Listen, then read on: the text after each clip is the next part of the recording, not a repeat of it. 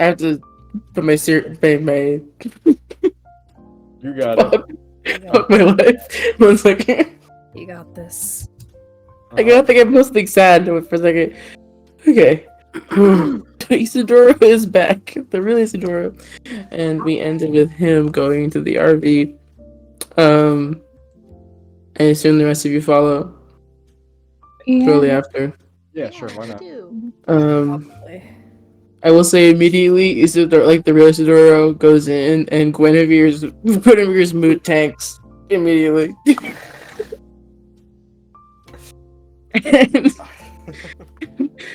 and unfortunately, Isidoro does engage. Oh my god. And I won't roleplay it, but essentially it boils down to him being like, "What's your problem?" and her being like, "You're back," and he was like, "I didn't leave," and then she's like, "Yeah, I wish you did." God. And then they kind of start beefing a little bit. But other than that, Aladdin's doing okay. Jules is starting to kind of, Jules has been out of it for the last couple of days of travel, but she's finally kind of up. She's in her changeling form. So she has, it's all white. Her hair is in the bob. She's sort of rubbing the spot where the bandages are, where she got surgery done. And Morgan is next to her. You guys have converted the back bed into, back into the table couch situation again. And they're currently sitting, Alalin is with them, and they're just chatting, kind of catching her up to speed. Forrest is busy in the bathroom, doing his, beauty routine. That was partially endowed onto him by Castillo, bestowed onto him by Castillo. But yeah, it's like as normal as you can get, considering the last couple of days. Percy's at the wheel. He's not a big driver, but he has offered to drive for a little bit. I did not mean to doubt. How bad is he? Who? At driving. Percy. Well, it does take him a second to remember where the stuff is. Oh, Okay, I think that's a sign you gotta get out of the driver's seat, buddy. He does remember though at some point. He does remember, and he's like, I can drive. Is it like I think Anza would be a better driver. Is it like he's so used to like the plane stuff where it's like reversed that he's like Yeah, well, here's we're the in thing about right Percy. lane only, right turn only, and he starts to go left. Oh fuck! Hold on. Here's the thing about Percy. Percy, excellent pilot. But because Nace is, not too far from the city, he spends most of his time. He commutes by like public transportation most of the time. Like he can drive, he has a license, and he would drive to Nace. But for the most part, like from his day to day, he was a public transport girly. Good for him. So, yeah. I That's can too bad. drive if we need to. Nah. He's like, no, I got it. This is good. This is good. It's good to be behind the wheel again. Jesus, I might be sick. I You feel like almost just turned into oncoming traffic. I know. There is no traffic. We're in the middle of the desert. That Hey, makes it even more impressive somehow. All right, I got it. You all just relax. Hey, does anyone know what sticking your middle finger up means? Because hell, a lot of people have done that. What is that? Some I What? wish I knew. I wish I knew. That means fuck you. Means Oh. peace be Yeah. upon you. Okay, the fuck? It's just like stick my head up. We got a beginner driver here. Be nice. Bro was beginner yelling at tumbleweeds. Percy's like, I'm not a beginner driver. Should really pick Yeah, up one of we those can try stickers when we're in Ghost Creek. Plaster it on the back of the RV. Bro was yelling at tumbleweeds. I don't know what people look like.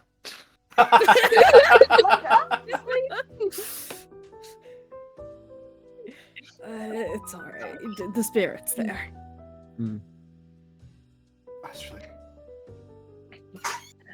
At some point during the RV trip, Isidro and Glenn have to kind of sit on like opposite Oh my sides of God. the RV. Because she's being mean to him, but he's like he does retaliate every time. Oh, of course he does. Jesus. Oh God. Hey, do those two fight all the time? Like, what's going on over there? It's a new development. You know how kids are. Yeah. Are kids like that back on your planet? Oh, they're a little worse. Oh, You see, we instill young in their heads what the business about the business. oh. The business. Yeah. Oh, Yeah, the see, so business. you don't know. What is the business? Oh, right. You didn't hear. My planet runs a intergalactic drug ring. Oh. Okay. Yeah, and the government's in on it. So, Okay, it's no, crazy. I'm a government worker. I work for the government technically. You get benefits. Yeah, I do get benefits. Oh, nice. Oh, do you have healthcare? Of course I do. Oh, Do you get that beaked? Doesn't sound so bad. Yeah. I mean, like again, I don't go home a lot because I'm a drug mule. Oh. So do you Guinevere asked. What? Do you like have a family to like go back to? I used to. Not anymore? Uh-oh. You just for the first time you see Fortine go quiet. And in your quiet, Gwen asks, "What's a drug mule?" Oh well, let me tell you all the wonders of my job. You see. So do you know what drugs are? I'm gonna look at Um, Lonzo. Atticus makes them, I think. Mm-hmm. That's Yeah, true. so- Gwen, do you know what drugs are? Mm-hmm. Atticus makes them all the time. I made one once, Gwen. What are you talking about? I don't know. I made one drug. You were making it for a while though, so maybe. You that's make what it for a you- long time. Well, it was a Maybe hard that's one what- to make. Listen. Trying to manipulate time is not as easy as everyone makes it sound. Okay. Oh, We what didn't say it drugs? was easy. We were just saying like you. Maybe she thinks that you keep making them. That's because it took you so long. No, I Yeah, I don't think keep she making thinks you're a drug drugs. lord. Don't do drugs. You shouldn't make drugs. You shouldn't get involved with drugs. Okay. Well, Hard cut to Atticus low-key tweaking, not having another dose of Kron. here's the thing: if it's profitable, it can help you a lot. See, I get a lot of money. The right drugs are also good for you. I don't know. Alonso used to drink. Alonso drinks all the time, and I don't think he makes any money from it. It's Oh, self-medication. see, I sell them. Well, I don't exactly sell them. My boss sells them, and I bring it to the buyer. Is this that money thing that Atticus was talking about? Money laundering? Oh yeah. That's what.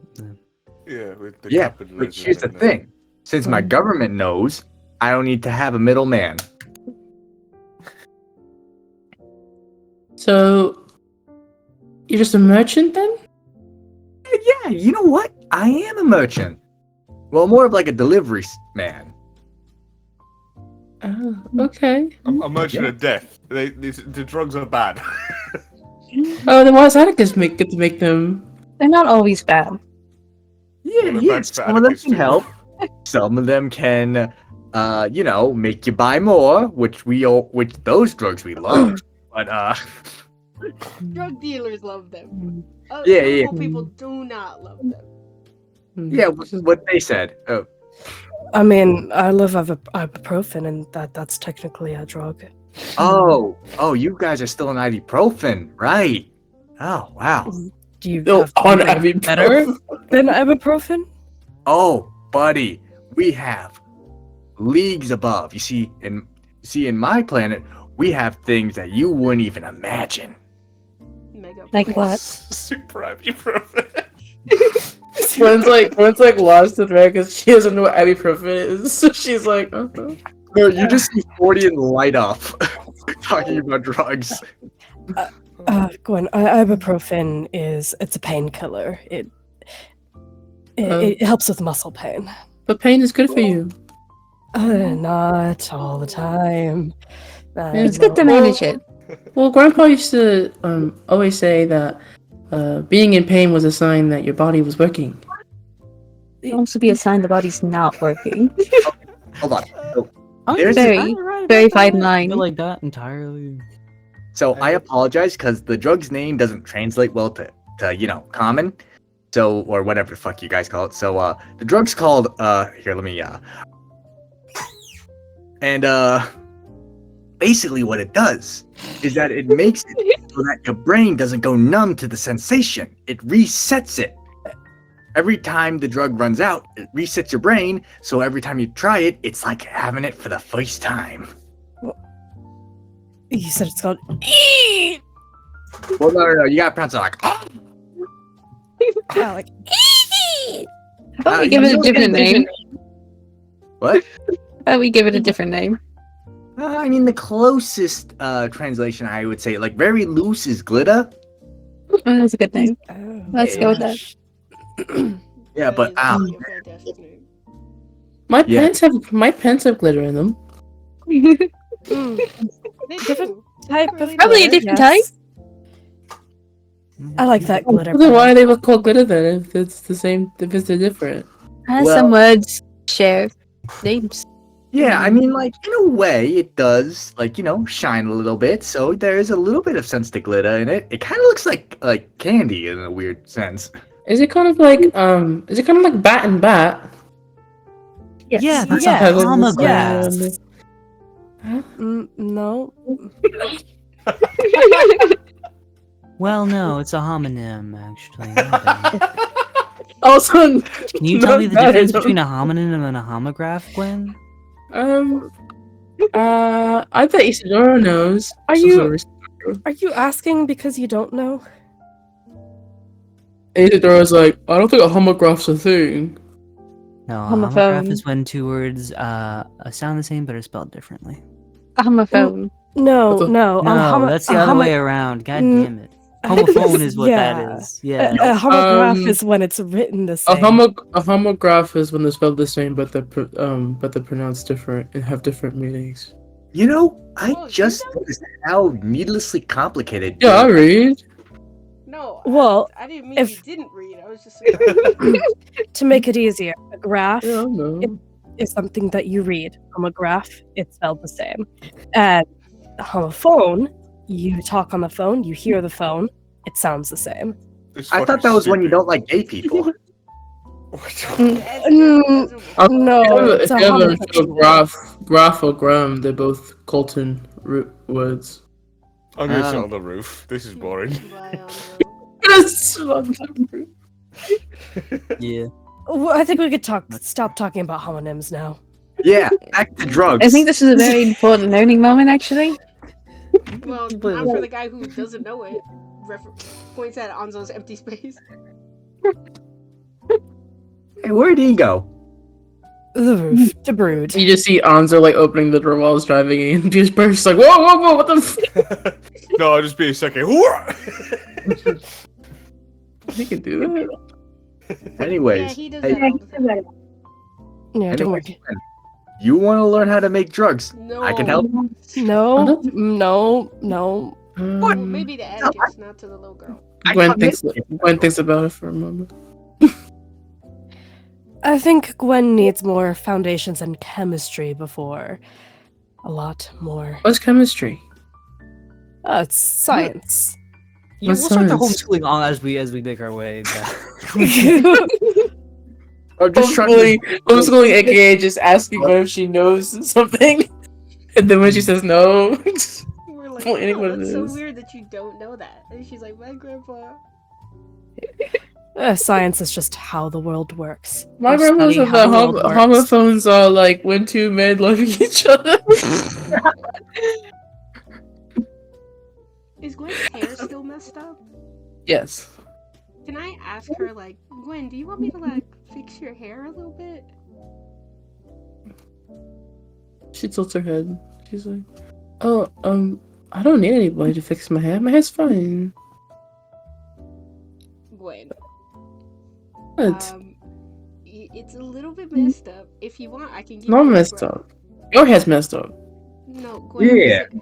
Gwen, you have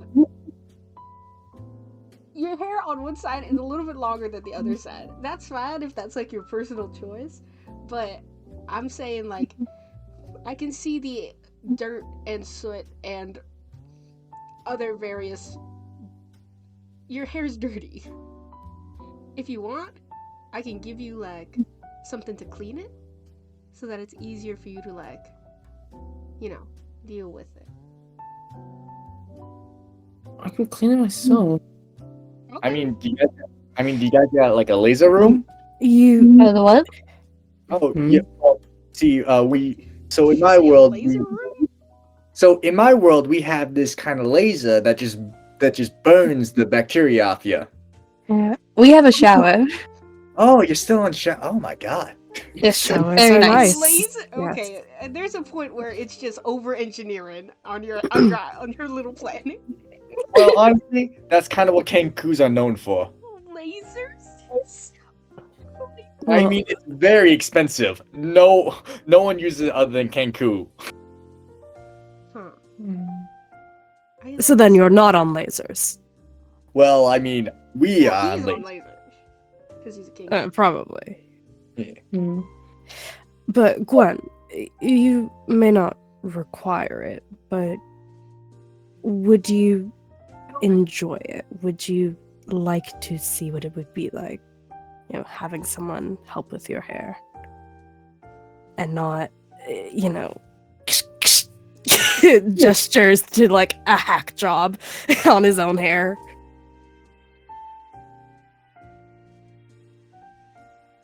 You know, sometimes it can be fun to have someone else, you know, do your hair. She kind of grabs like her hair and puts it over her shoulder and like kind of buries her face in it a little bit. Would you like a braid?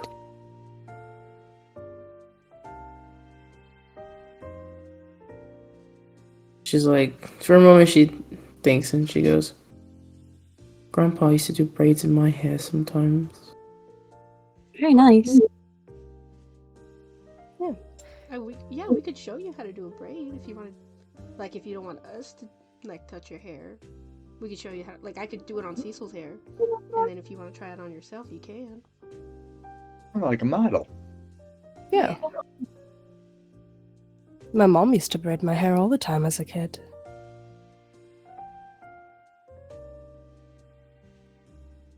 She thinks for a while. Make a persuasion check. Can I help Sunny? Sure.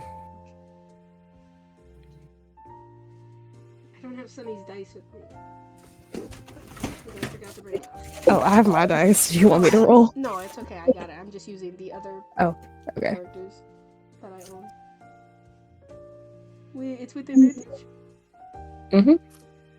Okay. I rolled a 17 plus. Wait, no. I don't think I have any charisma. So just 17. No charisma. No riz. Yeah, I have no charisma. My persuasion is a plus 0. Charisma. Okay, 17.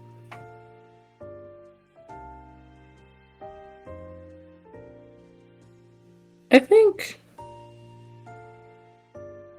she gets like kind of shy about it.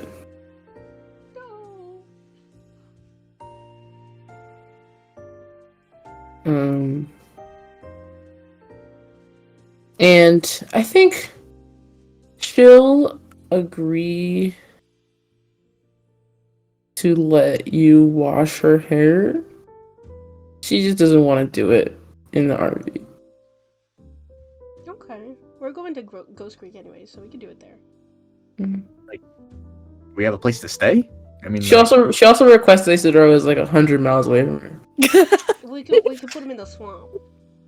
I'm not going to the swamp. I didn't do anything. I didn't do anything to her. We can leave him in the car. with Ghost the Creek's AC plenty off. big enough. Cool. High five. Whatever. It's fine, whatever. You are whiny, you know that? I'm not whiny. A little bit whiny. Okay, yeah, kind of funny. But that's okay.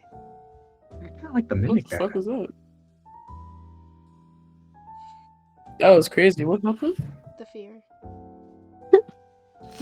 Bro, my That was computer interesting. just freaked the fuck out. Mine also did that. What? Really? Yeah, it like mine like screen went black for a second. Yeah, my screen went black and then it Mine- went all staticky and pink.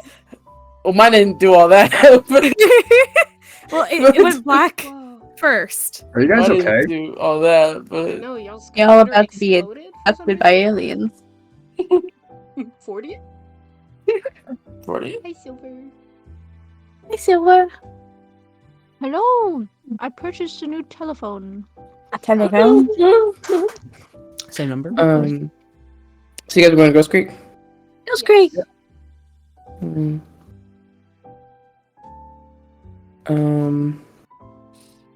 Jules is quiet for most of the ride.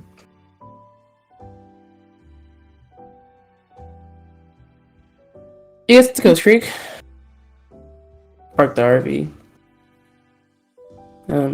Imagine you'll unload. Theo will leave his weird Saren scythe in the RV. You still have it out? Yeah, it takes a while to summon it back. You got any place to put that thing? You leave it in the RV and Gwen kind of pokes at it a little bit. Careful, don't poke yourself on the thorns. I mean, if you want to try swinging around. It's covered in thorns. Yeah, that. It's all sharp. Oh wait, you could just use blood magic to make it hurt less. Great idea. I guess you could do that, yeah. I love blood magic. Best way to torture someone. I saw someone do it in a TV show. You watch TV? I watched it a little bit when we were at the Christmas party. Oh yeah, I guess we did have a TV back there. Christmas. Candlelights, I mean. Candlelights. What's great? Yeah, what an odd name for candle nights. Anyways. Maybe Do you want to go want for the- your family? Mine? No one else has one. so- No. No, you know what? We're talking to Atticus's family. Atticus, this wonderful Please. family. Please. I mean, my family's not nearby, so yeah, I would assume it's. Mine's like a million light years away. I'm sure. Okay, it's not a competition. I'm sure they're still here somewhere. Do you want to go find your family, Atticus? No, I'm sure. No? Dante's family is still here somewhere. Dante's family is my family. Theo's family. Yeah. We are brothers. What the? No. Where is my? Theo's just gonna start yelling for his dad. I mean, he might just pop out of a bush if you do. Oh no! I just going. Remember, and coming out of the bakery with like a little grocery bag. I was just imagining him popping out of a bush with like a leaf in his hair. I was waiting in this bush for you. No kidding. Josh, you want to play Fiorva, or I can? Oh, Castillo! There it is. There he is. Oh, Castillo. And your other son.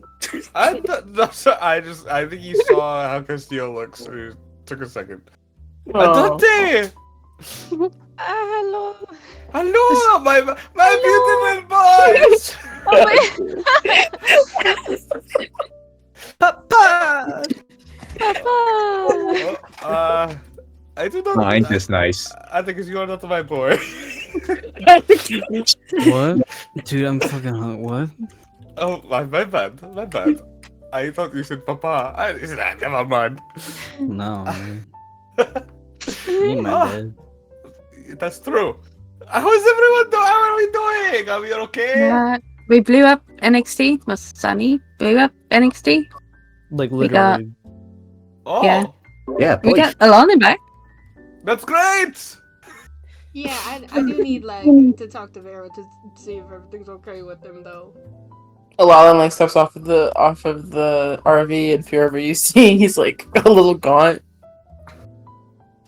Alan! Oh, He hey. runs and gives him a big hug. Okay. I don't know. Can I ask, do you have any cigarettes? I always have cigarettes, just in case you ask for them. Boy. Can Can I I get have them? Yeah, that here. This is my breast pocket. Thank you very much. Hey, buddy. Can I get one of those? Huh? Sure, I have another pack in here, just in case Alan runs to the first one. Wow, wonderful. I've always wanted to smoke a cigarette. They went out of style where I'm from. They don't got So- Marlboros in space. You have every drug except for cigarettes. They just kind of went out of style. You know, like there was better alternatives. So like they're nicotine. not that bad. thing. They're not What? that bad for you. What, like a pen you spoke out of? Oh yeah, Who the this fuck is this is guy? this is our new friend. They're from Oh, space. yeah. My name's Fordian. Nice to meet you. You kids are so funny. No, there's No, seriously that- an alien from space. Yeah, an alien. Yep. They were found in NXT. Psychic Alien. So alien, yes, alien. Sure. Yeah. Hello. It's nice to meet you. Hey, don't worry about it. I already know the language. Oh, it's great. That's good. I am these two boys' father. Well, I'm always happy to meet a patriarch of a family. Mm, I have never been called that before. it's a weird word. It's a pleasure to meet you. I feel like there's probably more of a matriarch situation there. Well, no, I Cinder. am quite the patriarch. They have said. You want to Um, marry my son, Castillo Ezio? You want to marry my son? Huh? you just said no one has ever said that. Yeah, sure, but now that they are saying it, I can say it too. They being a singular person. Yes. Own up. Yeah, own up to the title. However, I don't think I'd call you a patriarch of any kind. Is Kinda it like in leans a over very to- nice way, or? Yeah, for sure. Okay. You go to the party and don't. You will inflate his head. Be careful.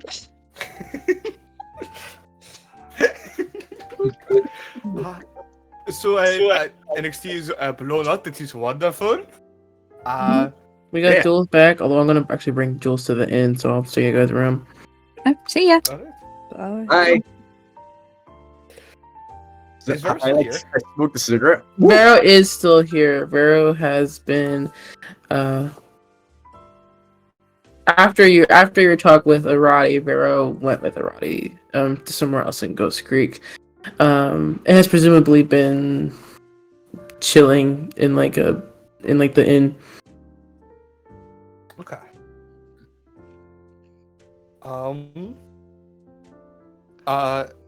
Sunny, Vero is right inside.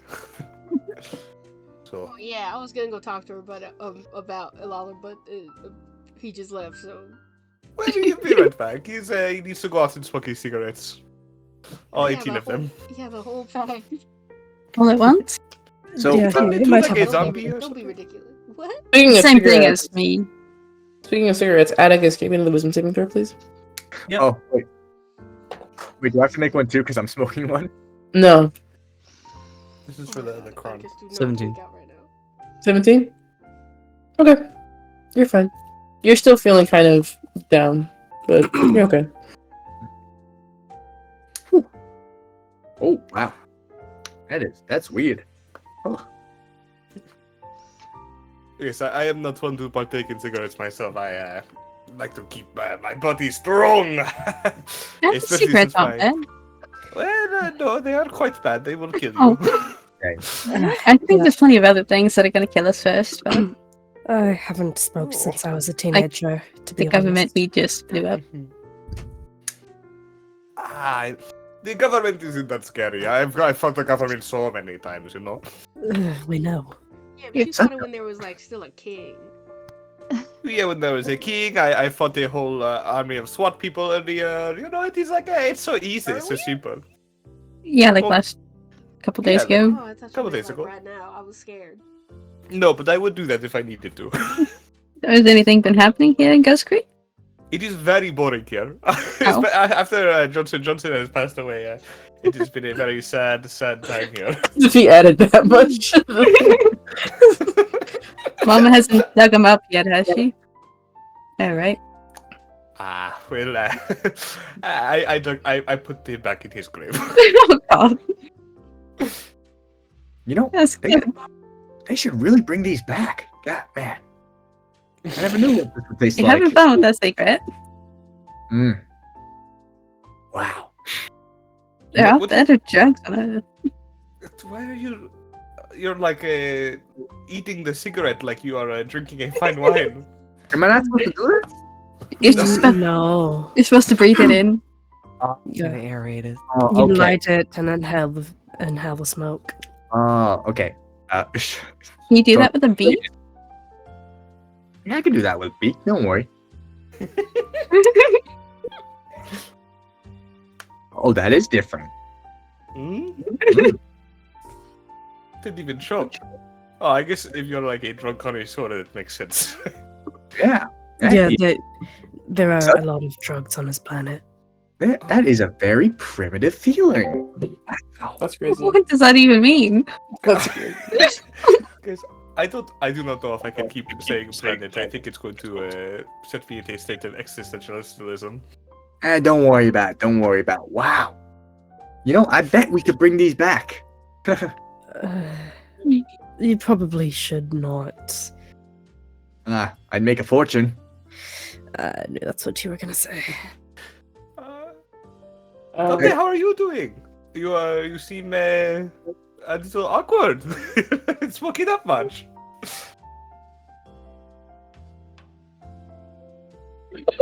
I think there's stuff in the book again.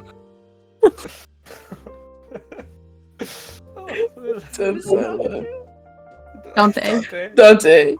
I'm sorry? You've been smoking up much. I do. How's your blowing up the government invention? It's been going okay. We just do we want to tell him about the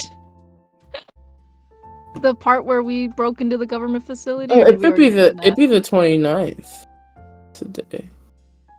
Hmm. I was It's just- gonna be the 20th when we arrived. I'm doing the math. It actually should be the 29th. That's fine. We'll do end of 28th. Yeah. Yeah. Okay. You guys told me you guys blew up NXT, so you can say whatever Yeah. you want at this point. Okay. Yeah, you did say that. Good, pretty alright. I also don't think Fjorva would care. No. I think he's far from caring at this He's done way done- worse. point. Yeah, he blew up a whole city, mind you. So Yeah. I mean, bombing the facility feels like small beans to him. small. Like he's broken into a lot of places. Yeah. This is so good. I'm so glad to see you guys taking after me and your Oh, mother. gosh. You know, you seem like Especially the mother. a man. Yeah, sometimes when I do this thing where if I see a person of authority like a police officer, I go crazy. So, Oh, yeah. I don't know. Same. Oh. Composure is still one of your best assets, but that's fine. Yeah, that sounds like Cinder. Fine. Did mother used to do stuff like that? Yes. Okay. All the time. I think Okay, she I was still wondering where does. that came from. Okay. Maybe I just haven't seen it. Sometimes I go upstairs in the estate and I find a police officer chained down. It's just horrific. Whoa. Whoa. What about that? To think It's in just the comic previous timeline, Cinder's daughter was a police officer. For real? Anyway, we should probably go inside. Yeah. Yeah. So you guys are heading into the inn. Mhm. Yeah. So for the night, what are folks doing? You don't have to do something, but if anyone wants to do something, I You- spry on my brother. uh, sh- sure. Okay. So you're gonna say surprise your brother. What else for other people? I'm What just gonna be like smoking cigarettes out in like the porch. Oh God, he's So already funny. addicted. Yeah. I'll go hang out with 40 and smoke cigarettes. Okay. Well, weren't we supposed to do Gwen's hair? Oh, right, so true. Fuck you, Fordian. That's alright. Smoke with 40. Don't worry, I'll go smoke with Fordian. Oh, that. Thank you. Both of us will smoke with 40. Yay! I got. I'll smoke. help Sunny with the hair. Yeah, you're gonna be the model that Sunny Yeah. braids the hair so she can show Gwen.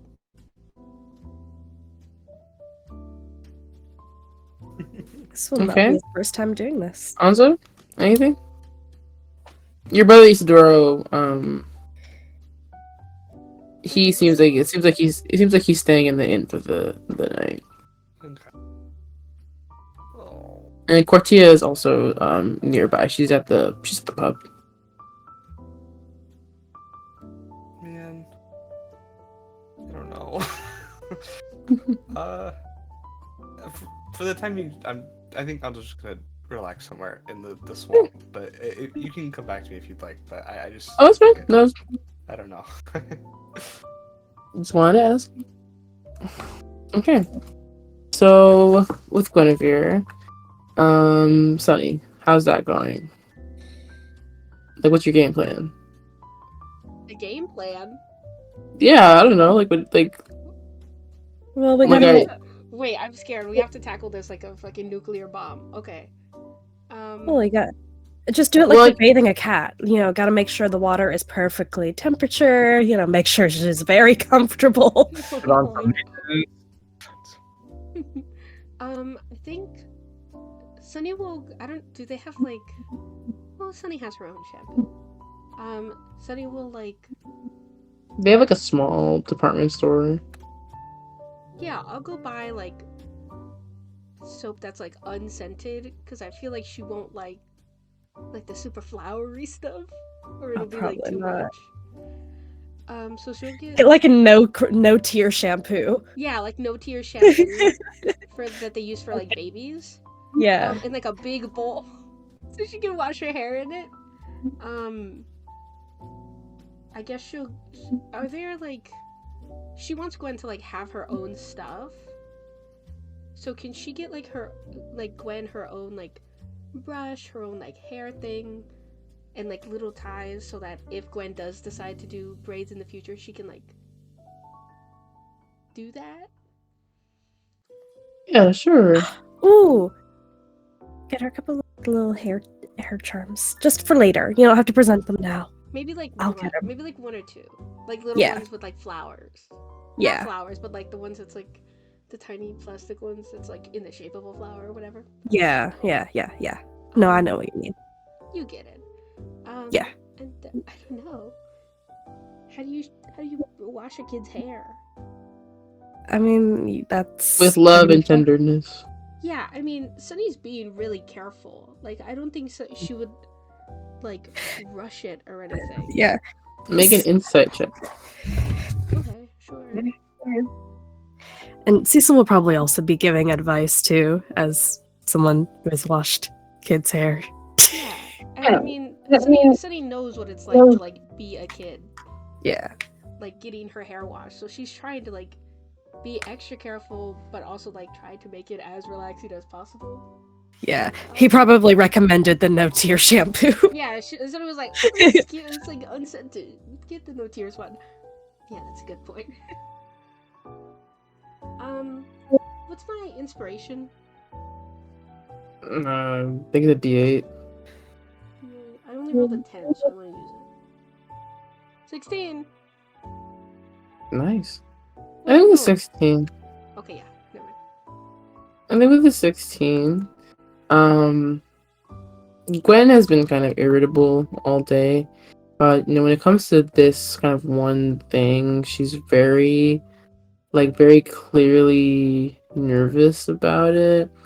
and she kind of like shies away from the water. This is bringing up. It looks like it's bringing up a lot of feelings. Um, but she's not really saying anything.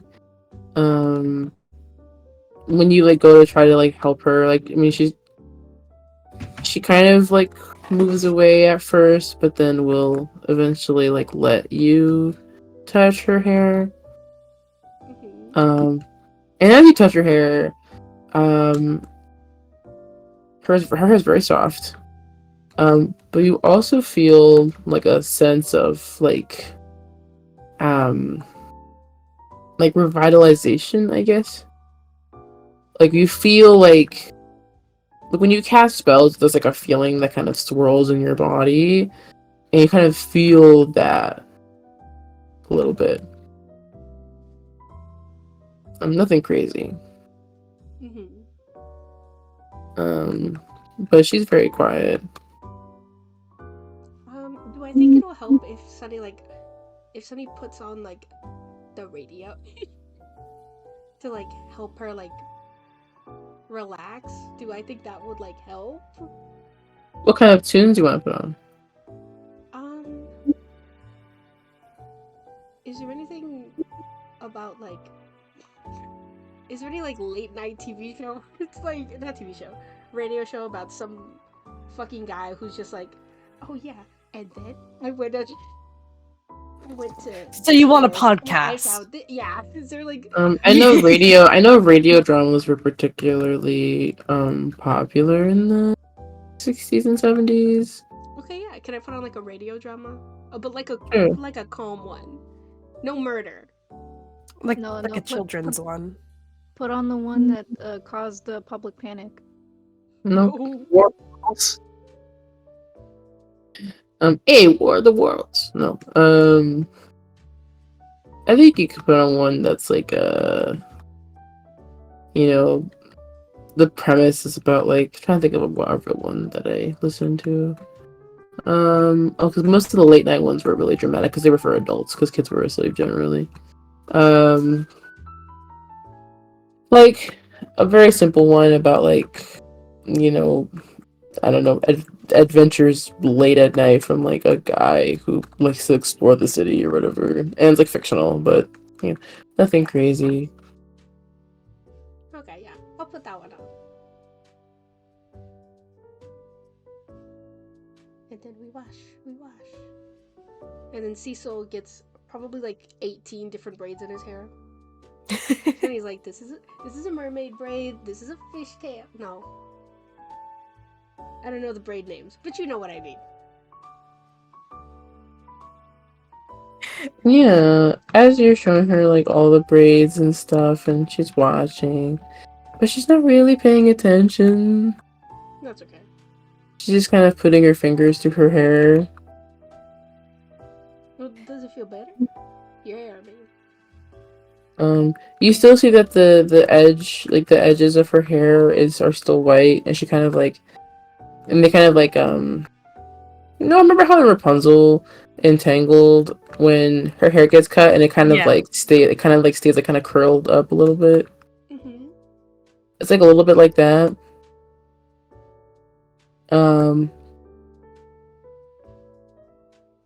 I had to roll something for her.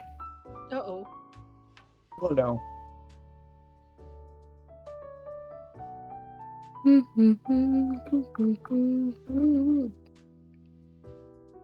She rolled pretty good. Good for her. You see she makes like a little pouty face, but then kind of like shakes her head and locks in. Oh my god. You think no braids in that?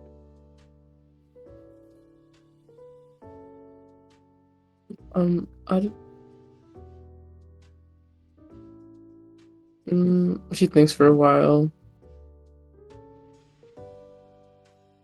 Before she just says, I can't do it. Would you like some? Are you interested in one? No. That's all right. It will keep it out of the way, though.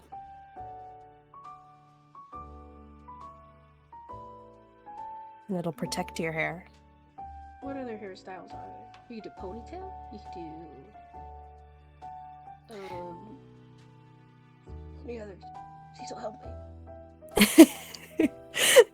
Well, you could do buns, you could do pigtails. Although, is the problem that you don't want anyone touching your hair?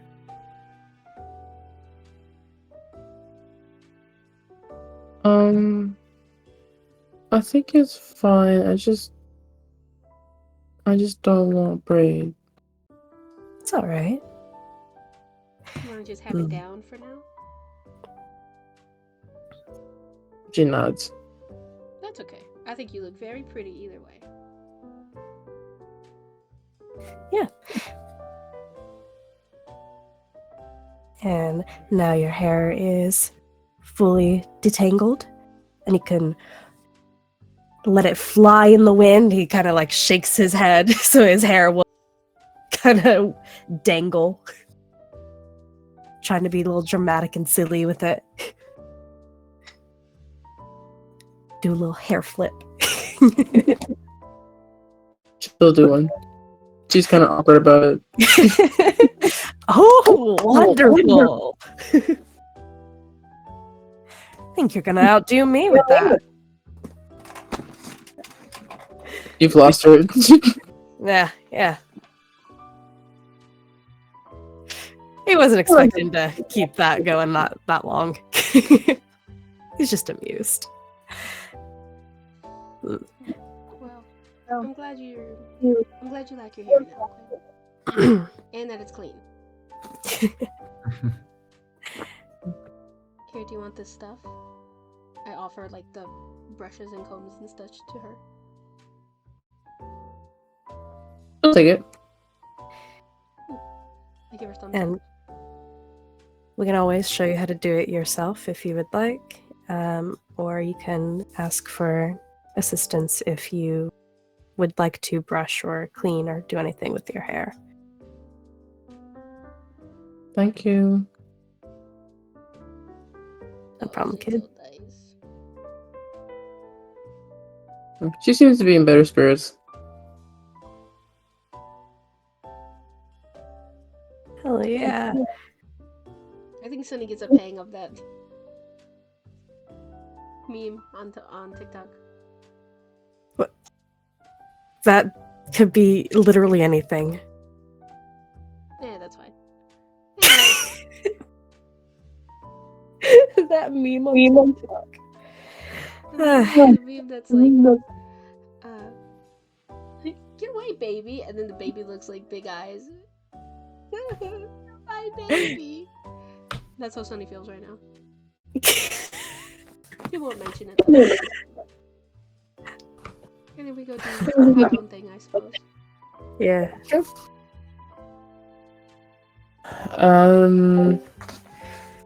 Okay, Castillo, you wanted to scry on your brother. I do. The Marcelo one. It's pretty late in the night. When you go to scry, your brother is not in Lando. You recognize where he is though. He is in the kind of upper like workshop area, like private workshop area of your father's gun store. Tons of guns. Specifically, it's the Reef location. A slightly larger location. Also a slightly smaller workspace, but it's the store that Marcelo specifically manages. I imagine Fiorba keeps a close eye on the Lando one that's close to home. And be near his family and stuff.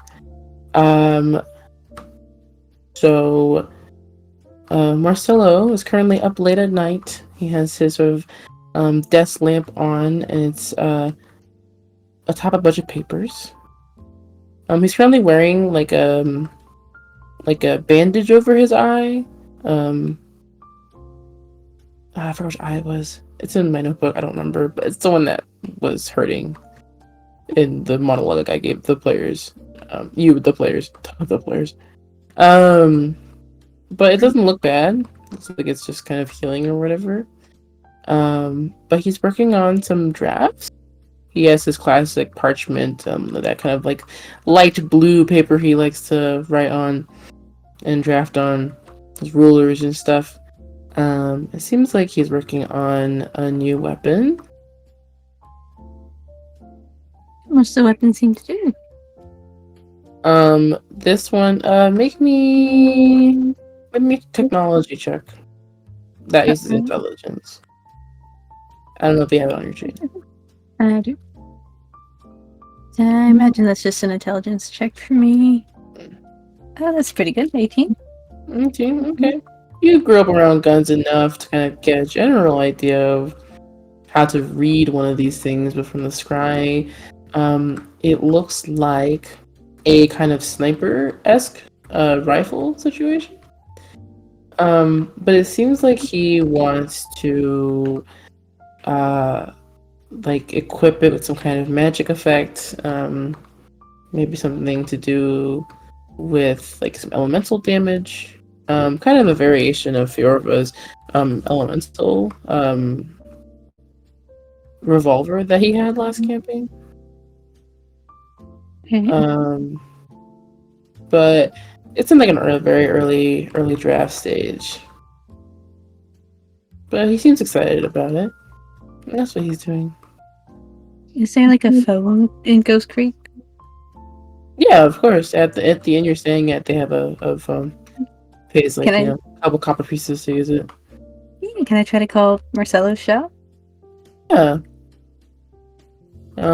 You rings for a little bit, but eventually Marcelo picks up. He's like, hello, how can I help you? We're currently closed.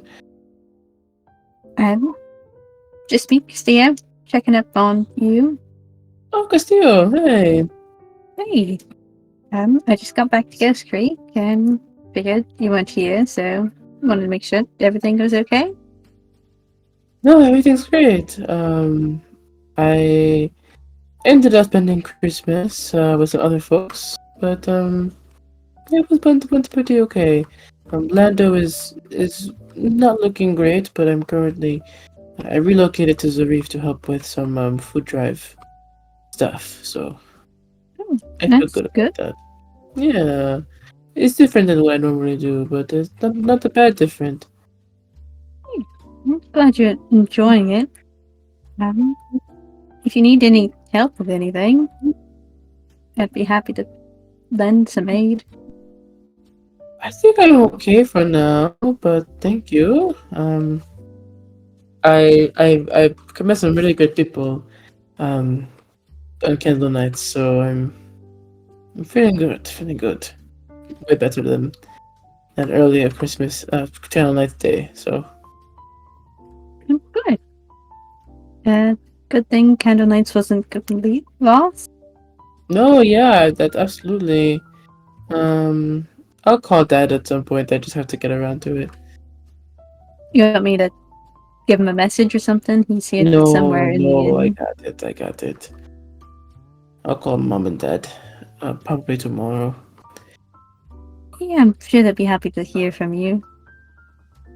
I'm sure they Hello. will. Yeah, I've been kind of AWOL, but it's okay. Not the first one to go. You can do that. Yeah, No, I'm not. that's a bad habit. Roll inside check. Oh, oh no. 20? 20. When you say like not the first person to send it or whatever, and he's like, nope, certainly not. You can like just like a little bit like in the back, like a little bit of bitterness Oh, when he says that. So he doesn't, doesn't extrapolate. the bitterness seemed like it's directed at anything. You Oh. and Oriana probably, and I don't know, just kind of general. It does feel pointed at you though.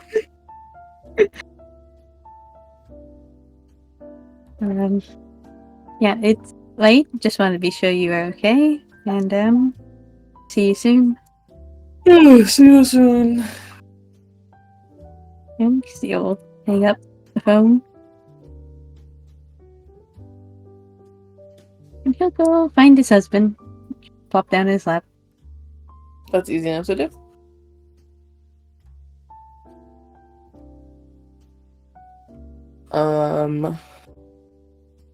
I was gonna have Gwen go find Anzo, but I think Gwen will just go straight to bed.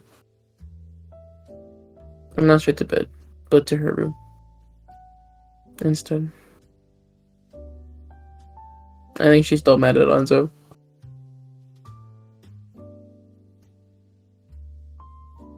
Anzo's in trouble. As you know. Mhm.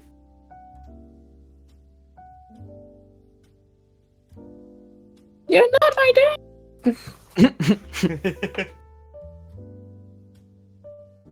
Okay.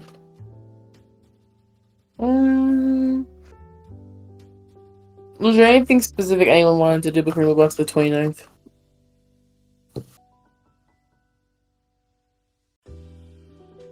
Nope. Okay, cool. We're good. Election day is the 30th. So soon then. Oh, Was on the 29th again? 29th is when if you wanted to attend, I'll talk about that in a second, but that's when the gods are having their meeting. Oh. We're speaking of 29th. So, okay. 29th is the day before the elections. Election day is a big deal in Duhara, so people usually, like how it normally goes, is it would be Candle Nights week. Candle Nights is about like a week-long celebration in most places.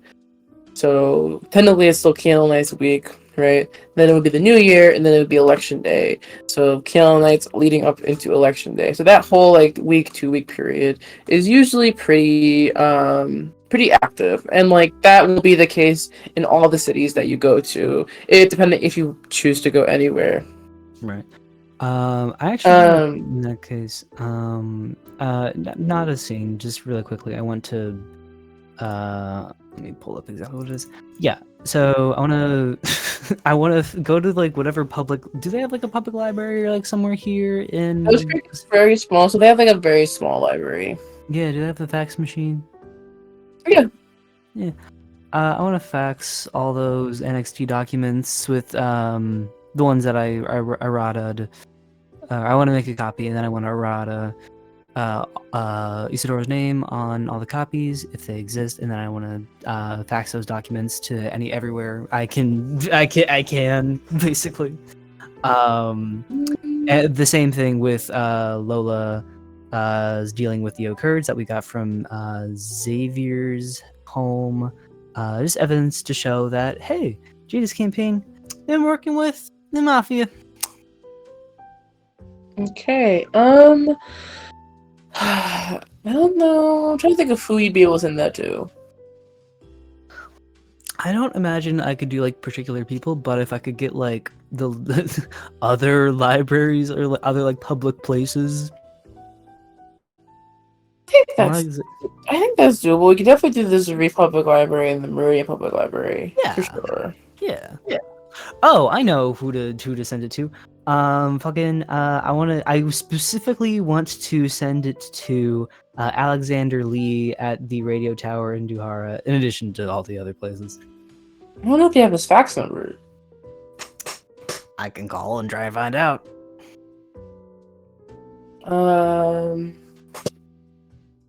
Yeah, who are you calling? It's like a phone book to like get in touch with the radio station. Great question. Yeah, I think that's doable. Yeah.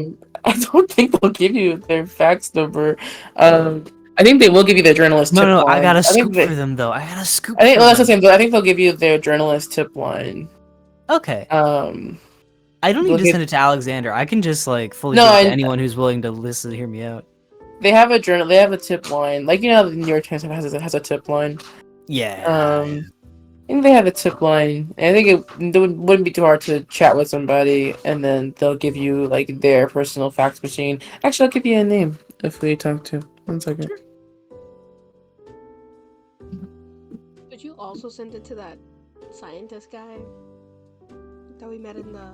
Nobody gives a shit. Still kettle?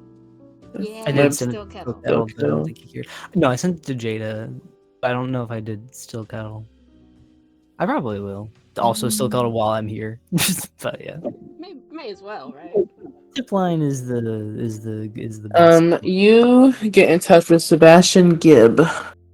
Sebastian Gibb.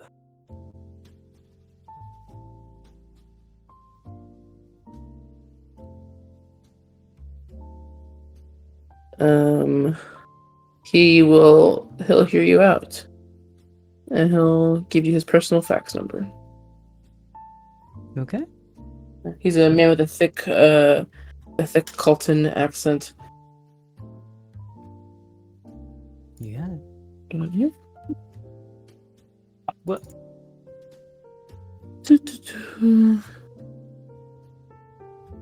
Right.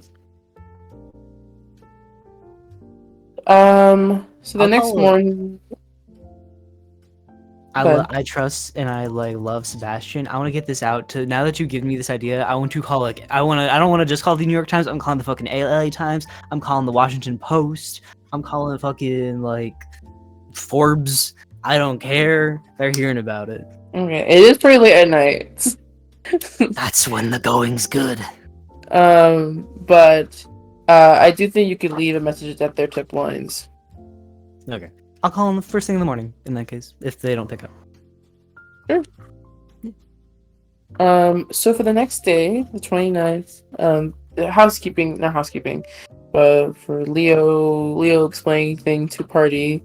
So, the 29th is, kind of a restless day. Folks are getting ready to do election night, or to do election day tomorrow morning. Election day, voting begins very late at night, or very early in the morning on the 30th.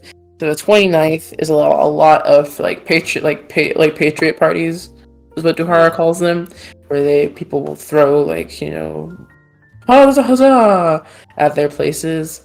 So in terms of where you want to go, obviously Dolus offered to bring you guys over to the God meeting, but also I will be straight up. It will be a little info dumpy. I'm not gonna role play, obviously, but it will be me talking about what these guys are talking about, which might not be, everyone's cup of tea. I've kept it short, but still. And Dolus has a plan for that, obviously. But if you don't want to do that, or if you don't want to all do that, you could go to pretty much any city and do stuff. There's something you want to go to a party, that's totally doable. There's parties, especially in Zarif and Meridian. Lots of party stuff happening there. The more crazy ones are probably in Meridian. Castillo, you have obviously your little copy guy is currently in Meridian as well. In Zarif, you have stuff happening with Marcelo, Treasure Packs, but also in the Red Light District, some stuff there. You could also just spend it in Ghost Creek, chilling out. That seems to be what Fiorva and the previous party are doing. Pretty quiet in Ghost Creek, so very peaceful. But yeah, so you have options. I'm not making you do this thing, so don't feel pressured to do anything. So yeah. And I guess in the morning you can contact the tip lines and get in touch with some folks that will ask for their personal their faxing stuff.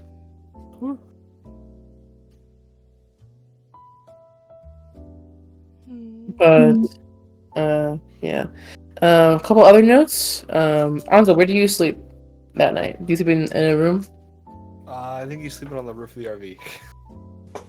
Okay. Coolio. And Dante, where are you sleeping? Mm. Hmm.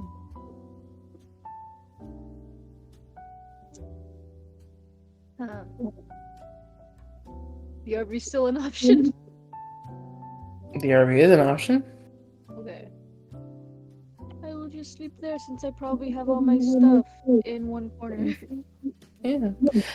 Dante, you wake up in the middle of the woods. What the fuck?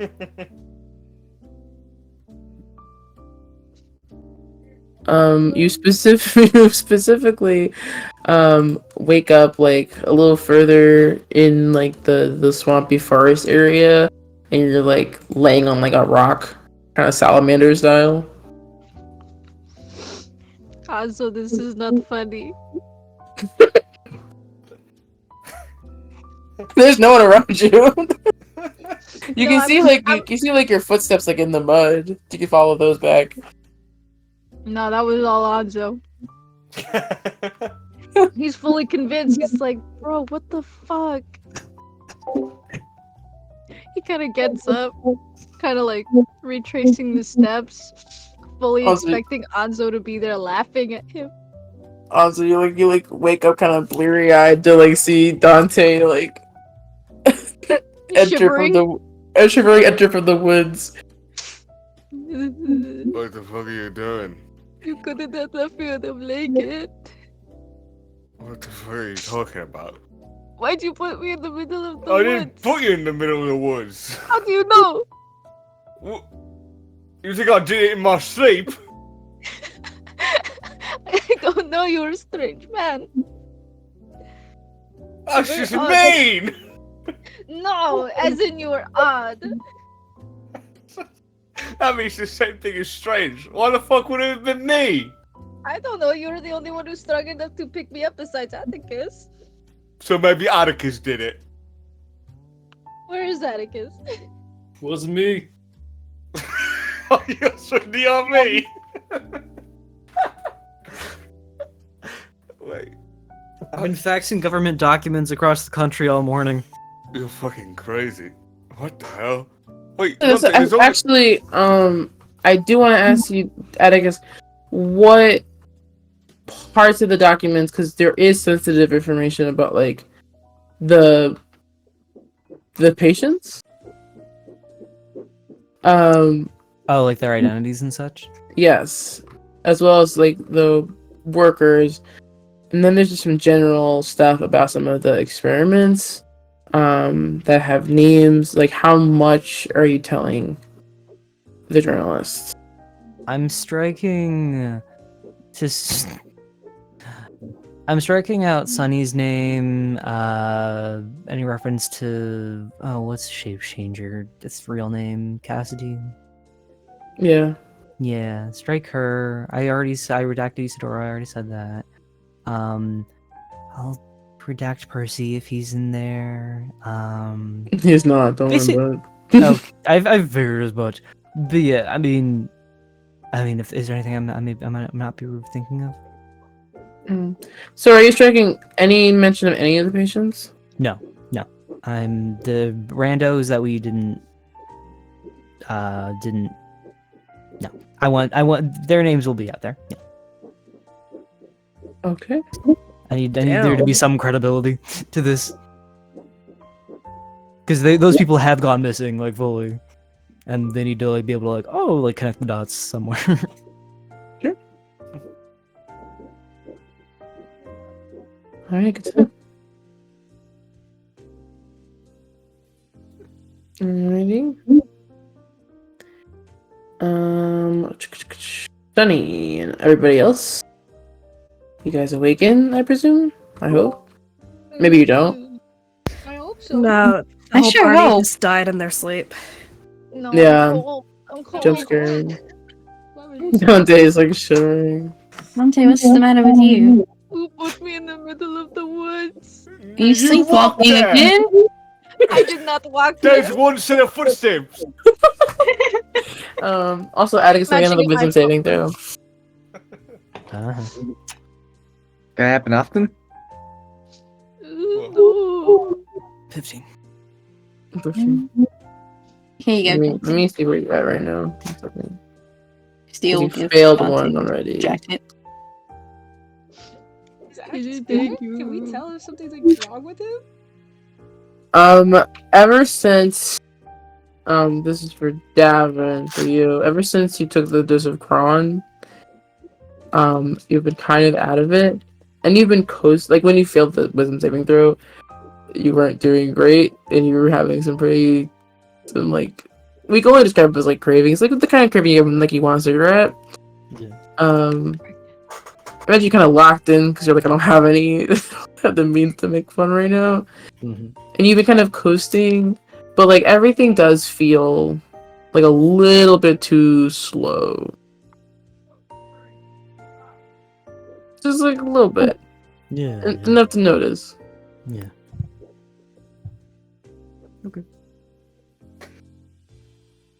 Whether or not the party notices is up to you, Devin. That's your Yeah, no. He's hiding it. He's hiding it as best as he can. He's dealing with the addictive qualities by taking more cigarettes. That's great. You good? That's like half a pack already. Just been a few rough days. I hope so. I've been locked in that area for months. I earned this.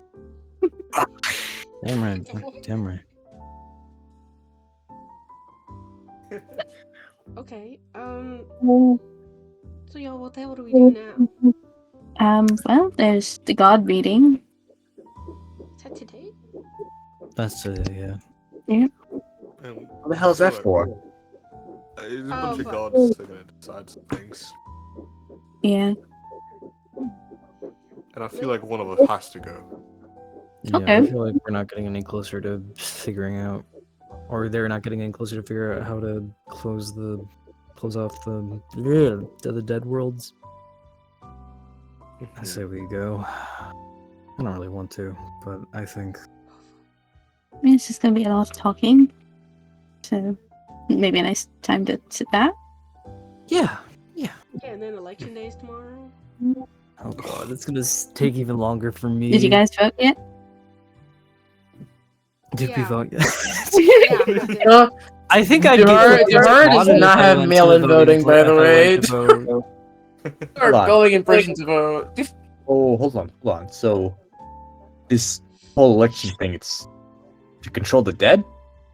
No. Oh, two different things. One's an election. Do you know what a president is? Yeah. So tomorrow we get to everybody in Duhara gets to vote. Well, everybody in Duhara gets to vote on who they want the new president to be. The options are one, Jada Smith, and the other one is somebody that we don't really fucking care about. Colin Yes. Rhodes. And, I thought it was uh, Amber Scott. Yeah, some guy. And, what's the, God meeting for? Deciding the fate of the underworld. So like a long time ago, we don't know how. Our god of death like died. We don't know. Oh, you don't know how. Oh, yeah. No Don't know idea at all. how. Anyway, I thought you were the god death. Forty, I think you should know they killed the god of death.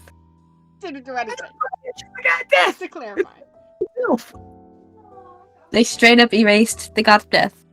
Okay, Oh, listen. no, One person wished away death, and then he just happened to. You know, Alonso I was Alonso really surprised, but then I remember I'm on Earth, and that just makes me understand it all. You get it. Yeah. Okay, well, so now that he's gone, there needs to be a new replacement of death. okay. My apologies. I thought the election and the God meeting were two similar thing. Were two of the same thing. No, Well, my Only ex, who's putting- about to be president, wants to start a war, so that's another thing. But yeah, no, the god thing is separate. in a way, Okay. this is kind of like an election for the new god of death. vote's My gonna ex go so wants far. to be president. Since we're doing the exposition, I have to phrase it. No, that's totally fair. So, Good for Oscar. so this whole God of death thing, can anyone just throw their hat in, or is it like? Ooh, it's like a whole thing. They're like, well, you have to be a god, and they're like, well, maybe you could do this if you meet all these criteria. You could be the god of death. Yeah, if you meet 400 steps, you can be the god of death. It's a long list. I've done Yes. most of the steps, to be honest. Okay, You're not going to be the new god of death. I think you should be. I think you can. I trust him. No. It's more of a last resort at this point. I mean, I'd rather be ready than that. So, from my own curiosity, who's the head runner of? I mean, like, who's probably the most likely to become God of Death? Fuck, dude. Probably Atticus. Wish we knew. Me. Yeah. Hmm. At least as a Unless guardian. Pax has somebody chosen. Well, That we was- don't see. That's the thing. We don't know. Because we're kind of mortals, so we don't really have access to all the god stuff. Don't use that slur on us. Oh. It's not a slur! We are mortals. So I feel like have a they very use it like mortal one. I feel like they use lifespan. it Well, they towards do us use like it one. They do Yeah. a little. They do a little bit, yeah. But But Hmm. yeah. So we don't know about. Yeah, actually, we should just fucking go to this meeting. All right. Sounds good. I am mean- very interested in see how earthly gods handle themselves. Okay, So it doesn't sound like not well. Forty. They're messy. Disappointed. Very messy. 40, and I need you to lock in. oh, I'm ready. I'm ready to see everything that. No, you're saying you're ready, like you're gonna storm in and be like. 40, and you've "Motherfuckers." heard the Intergalactic Council has released horror stories about Earth's gods and their decorum. So you're excited for this, Housewives of LA ass. No, yeah, no, I am excited for like the exact reason, like why you guys are warning it. It's like, oh no, I have heard all about how poorly you guys handle yourselves on Earth. Not us. Like, I mean, I imagine 40, you've heard of. I imagine the thing that made the Intergalactic Council be like, we can't touch this planet. Besides, I think, like, There's a The- plethora of how reasons. separate it was, but I imagine, like, the Duhari Great War was a big reason Yeah, for they're like, that. the fuck away from that place. Where Holy 40, I mean, what you would know about it is that, like, one day, like, a bunch of mortals on, like, but a bunch of Kryn on, like, just one country decided that they were going to kill each other over land, and, like, several million, like, people died over the course of, I think the Great War was 5 years long. other things. It's about 5 years long, I'm pretty sure. Oh, I think I'm Hey. getting confused with the other war. That was 500. Yeah, I was thinking of the other. This Oh is- no, Duhara had a series of civil wars after the Great War That was Um, 500. Oh, that spanned that's across what it about was. 500 years. Not consistently 500 years, but spanned across 500 years, several civil wars. But the Great War itself was only 5 years. Thanks, JB Morgans. 40, he's like, yeah, they got wars and wars and wars. They're in a war Yeah. right now. And he's right. Yeah, no, I'm like, I am so excited to see how you guys handle yourselves. It won't be good. We don't have any say, so it's especially gonna be rough. We're just kind of gonna be bystander. Oh, that's gonna be fun. I get to watch. Yeah. Yeah. We have to watch. Morgan's like a little too excited to see the mess that's about to happen. Don't worry, we know. So he's like, okay, well, apple time? Time. So you said just to like eat it? Mm-hmm. Take a You bite. all got to take a bite out of it. Fuck. Don't take a big bite. Let's I, try would it. take, I don't want anyone else's saliva in my mouth. You want the first bite? No, I'll take a really big one if you give it to me first. Oh. Can we like cut it? Can we cut a piece I- off just for Anzo? Well, like that way. Yeah, we You could wanna just do cut it fucking into appy slices. Are We doing could just appy cut it into slices? slices. Let's do appy slices. Wait. Well, you guys are gonna have like a weird like erotic moment of all eating the same apple together. That's what I What you wanted. saying? But... That's what I We all bite at the Well, same We'll cut off a time. piece for Anzo out of respect. You know what? And then we'll eat it. You know what? I'll I'll just- make it the most anti-erotic day ever. I'm gonna dip it in peanut butter and eat it. Ew, little what are you kid. doing? Yeah, I'll just cut the apple into slices for Like, everyone can have a slice. You guys Uh, are so boring. but what is this for? You gotta eat it to get to Dolis, You know, which they're will so dramatic. take us to the dog place. Oh my god. They're like, you can't just call me. You have to eat this golden apple that I made for you. Oh my god. Before we eat the apple, are we sure this is like again trigger god? Could be trying to poison us or something weird. Can you Sure, take let's this have apple one out of real us quick? eat it first. Here. You'll just eat his piece. Pretty eat it. I know. Do you take a bite for you? Laced things. No, I haven't. I'm like, oh no, I know too much about laced items. I eat Still this just someone eat can offer his. me. Yeah.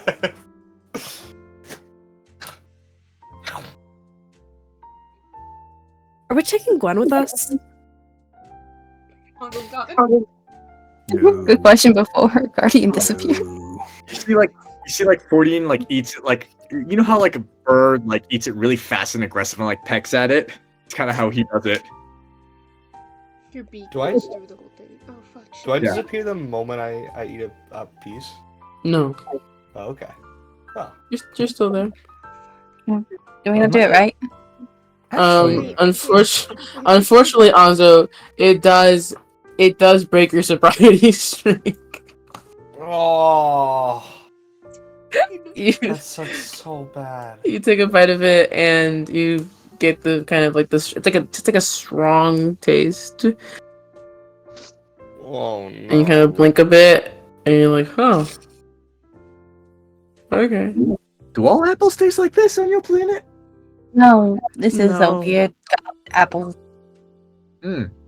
Yeah, The gods just like to be high all the time. Oh, I bet they'd be The- good at this. Oh yeah. I said no at first very suddenly, but honestly, this might be a good chance to have Gwen get acquainted with the Pantheon. No, we don't want to do that. That's a bad idea. Aren't they like hunting her? Yeah, one of them they're looking for her, and they don't know she exists. Some of them. Okay, now bad idea. You're right. Yeah. My instincts were correct. My instincts were correct. So, what would happen if we do give it? No, we're not. No. way. N- We're not no. entertaining that line of thought. No. All right. So Let's no, just no, leave her here with very capable people. You know? no. I understand. I understand. I'll write her a Nope. note saying like, "Hey, we have to go. We will be back. Mm. Please stay with Hmm. Yeah, who do I'll we go to have? your presentation tomorrow. And it's like, Please stay with Alalan. He will take Yeah. care of you for Leave until her- we get back. We promise Yeah. we will be back as soon as possible. And I will bring you a treat if you were nice. can't argue with that. Bribery. So are we supposed to like teleport? I Or just threw that brick Wait. all the way down. No, we've never eaten magic apples Yeah, before. I've never eaten a golden apple before. That's full of alcohol. Yeah, I mean, you guys eat the apple, and I'll eat the whole slice. very quickly you guys go from feeling like normal to feeling like, oh, actually, life's kind of awesome. oh, wow. Oh Jesus. In fact, life is so awesome that you kind of all want to like chill in the RV together and like play board games or something. Guys, I guess we're going in the RV.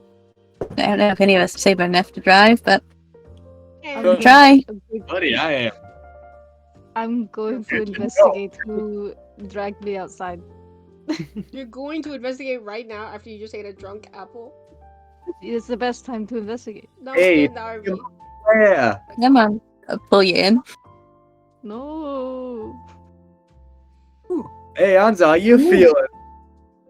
I feel like I normally do. That's devastating. Be alright, man. Be alright. Oh, Oh Do you man. want like a restoration or whatever? I imagine we have to be like this if we're going. You think he has more? Cast that What, shit apples? Yeah. Shit anyways, Cass.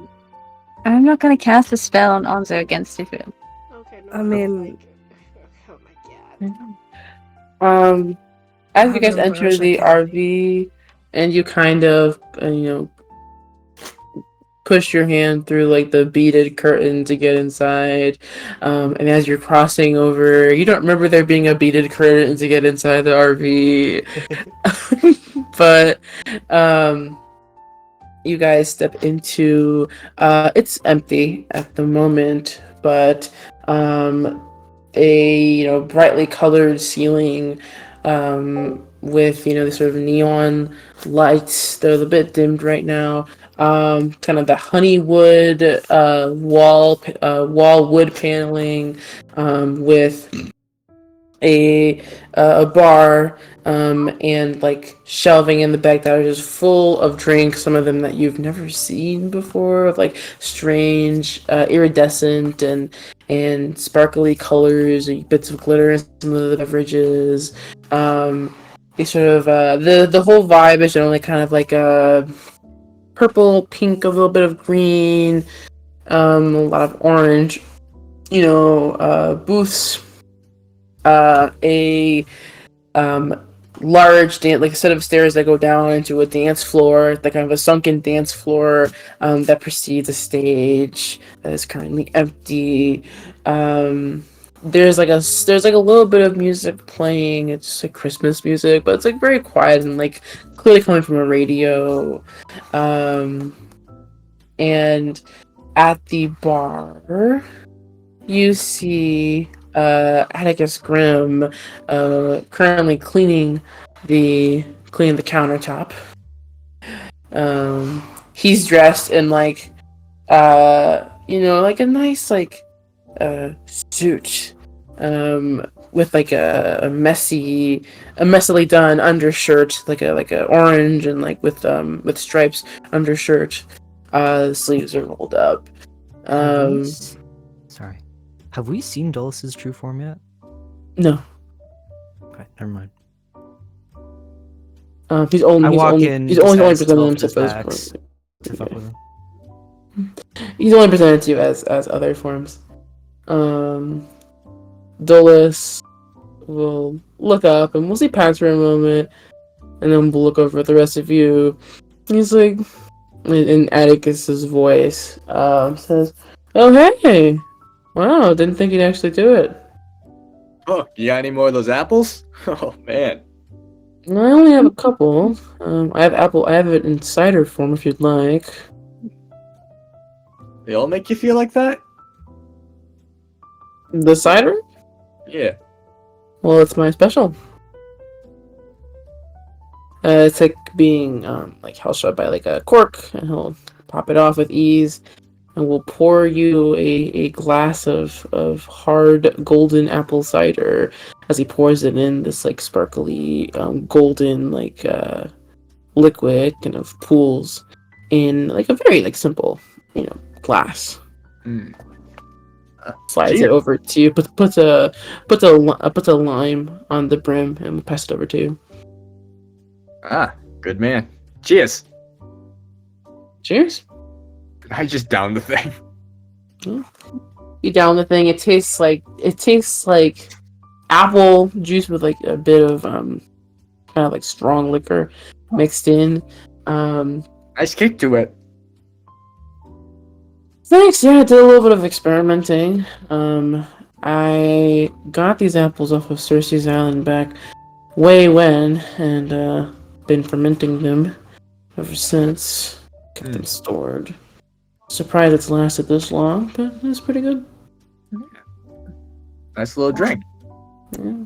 Fun fact, these are the same apples I gave Odysseus to give him the ability to fight against some of Cersei's spells. So, very important historical artifact you guys all ate a bite of. Hey, Pretty neat. Dulus. Hey guys, we just ate a piece of history. You don't even know the history. Yeah, I know. But we still ate it. It's a fun piece of history. Anyways, hello everybody. Hi, Dulus. Hey, these guys were telling me you made your decision. Is that right? I did. Huh. What are you thinking? Well, you'll find out. I suppose I will. Keep you on the edge a little bit, yeah. Hmm. Why does it sound like they're flirting? I think they are. It's just Atticus talking to himself. No, it's Pax talking to Atticus. Real And I'm right. self-love. Right. And I want to be pickpocketing him while I'm doing it. He's across the bar from you. I'll have my familiar pickpocket him while we're talking. Make a sleight of hand. Have your friend make a sleight of hand check. Oh, I can't use my own. Or can I use my own? I forgot how that works. I don't I lie to forget you. how that works too. I'd love to use my own. Or he's just drunk sitting Yes, I next to don't. him. I don't think it's your own. I think it's your. I think it's your familiars. Boo. I'll wait till he's on the other side. But he's behind the bar for now, and he goes, "Well, you guys actually going to this?" Yeah, how would it work if we wanted to go? Like, Well, I'm gonna be making a dramatically late entrance, but I assume you folks don't want to do that. So, what we'll do? He kind of bends, so like he's like behind the bar for a moment, like he's grabbing something, and he kind of pops back up as Anzo, wearing the same outfit, just like more fitting to Anzo's physique. He's like, alright, so how's it gonna work is I'm going to disguise you as some of Persephone's attendants. Persephone will be bringing a couple, I believe. So, you're going to be them. Trust me, she won't notice. I was about to ask. However, that does mean you guys, I'm gonna be disguising you folks. I hope you don't mind a good polymorph. It's not permanent, don't worry about it. do we get to Oh, wear what? This shoes isn't or good something? enough? No, I don't know if you know this, but, almost every god has true sight and can look through most basic illusions. Yeah, I figured. Hey, it's good to check information, checking boxes. It helps. Yeah, I think I could have guessed that one, yeah? I could have, but Okay. Mm-hmm. Hey, before we start, can I get another one of those? Another cider. Yeah, if you have any. I'll do you one better. 1 second. And he'll dig one in the back. If you want to pickpocket now, I think this would do No, it. no, he'll just drop Thing. the disguise self. And, as you of all people should know, there are no absolutes. What was that? I just said you of all people should know there are no absolutes when it comes to that sort of thing. What sort of thing? You lost me. As he pulls out this kind of like it's like a very it's almost like oil. That's how dark it is. It has a bit of a rainbow sheen to it when he swirls the bottle. When he pours it into a glass, it's like a thick liquid. And then he takes a lemon and will squeeze a lemon into it, and you see the black kind of turns into more of a shimmery, like the effect that oil has, like in the sun, when it's like out on the road. Oil slick. And the oil slick, thank you. Iridescent? Yeah.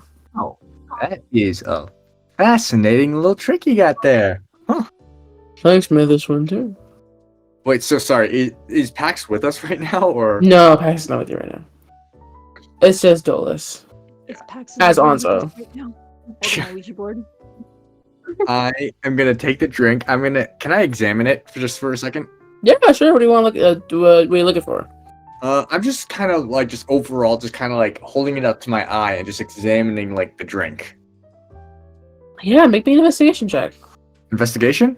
Yeah, 22. it's 22. With 22, this is clearly magical. This is some ingredients that you haven't seen before, and also ingredients that you smell and you don't smell like a recognizable scent that you would have gotten from your Hitchhiker's Guide on Earth. It seems like Dolus makes all of his own drinks, so it's hard to pinpoint what's in this. The citrus effect, it's clearly a real lemon, and you get kind of a hint of we can only describe as blueberry, but other than that, no. You do think that if you drink this, you will get kind of fucked up though. Fuck it. Down the hatch. You slurp that. It's a little thick. It's thicker than you think it is. Than you think that it is. It's kind of more closer to the creaminess of milk. But it goes down the hatch. Ah, so Um, like an egg white based cocktail. Yeah. And make me a Constitution saving throw 14. You got it. Already getting plastered. You got a little bird boy. 20. 20, like a natural or dirty 20. Dirty 20. 19. Okay, I think with 20. You guys see like 40 and Skylar's like puff up a little bit when it kind of like all goes down the hatch, and then they kind of ruffle back down. Have to shake it off a little bit. The world kind of like almost like zooms out for a moment, but then zooms back in, and you're kind of keeping yourself together. You know, you've had very strong drugs living in space, so you managed this okay. But this still packed the punch. you're pretty strong, yeah. You have not seen what has gone into my body. All right. You'll have to come to one of my parties at some point. You are my favorite person so far. Oh, all right. I appreciate that. Anyways, all right. Anyway, so we got polymorph you now. Polymorph us. Hold on. Oh, all right. Yeah. If all the gods actually have true sight, then you would know polymorph doesn't protect you from true sight. It's my polymorph. It's your fault. I'm special. Like that. You're special. Oh. Mhm. Trust me, I know what I'm doing. Probably like how Leo, do Moonbeam we didn't trust reveal this his true guy? form. He's just special. Let's just say there's a reason Pax wants to be on his side, yeah? Fair enough. Special. And he'll tap Castillo on the forehead, and Castillo, you will take the form of a kind of like lynx-like tabaxi. Pretty tall, taller than you normally are. You're like a solid 6 foot.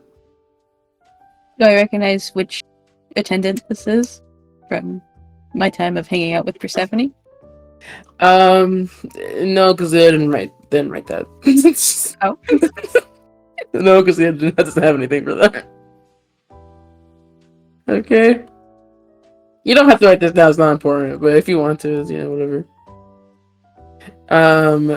For Atticus, he'll keep you, at the size that you are now, and you'll be a pretty cool looking like furball guy, kind of conspicuous or inconspicuous, whatever the word is. Gray skin with like a the ginger beard and like long shaggy hair.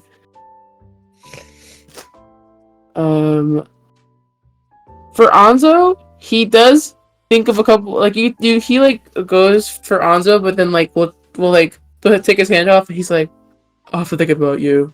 And then we'll move on to Sunny. Bonzo is back. Deciding between the funny option or the option that won't get him maimed. Yeah. Sunny, he'll turn you into a really cool like butch half orc with like a cool like punk kind of black, not mohawk, but like the half hair, like the half shave. The hog cut? Yeah, whatever. Oh, okay. For Fordian, he'll just turn you into he'll keep you as a bird and make you into like a eagle-esque Aarakocra. Oh god, a fucking eagle. It's good. You're a little shorter than you normally are, but it's alright. It's alright. Cecil, he'll turn you into a mountain dwarf. Damn. He keeps your appearance largely the same. I'm just shorter. You're just Shorter without horns. That's crazy. without horns. Your hair is like a little shorter, but yeah. So this is what it looks like from down here. Dante, he will turn you into a goblin.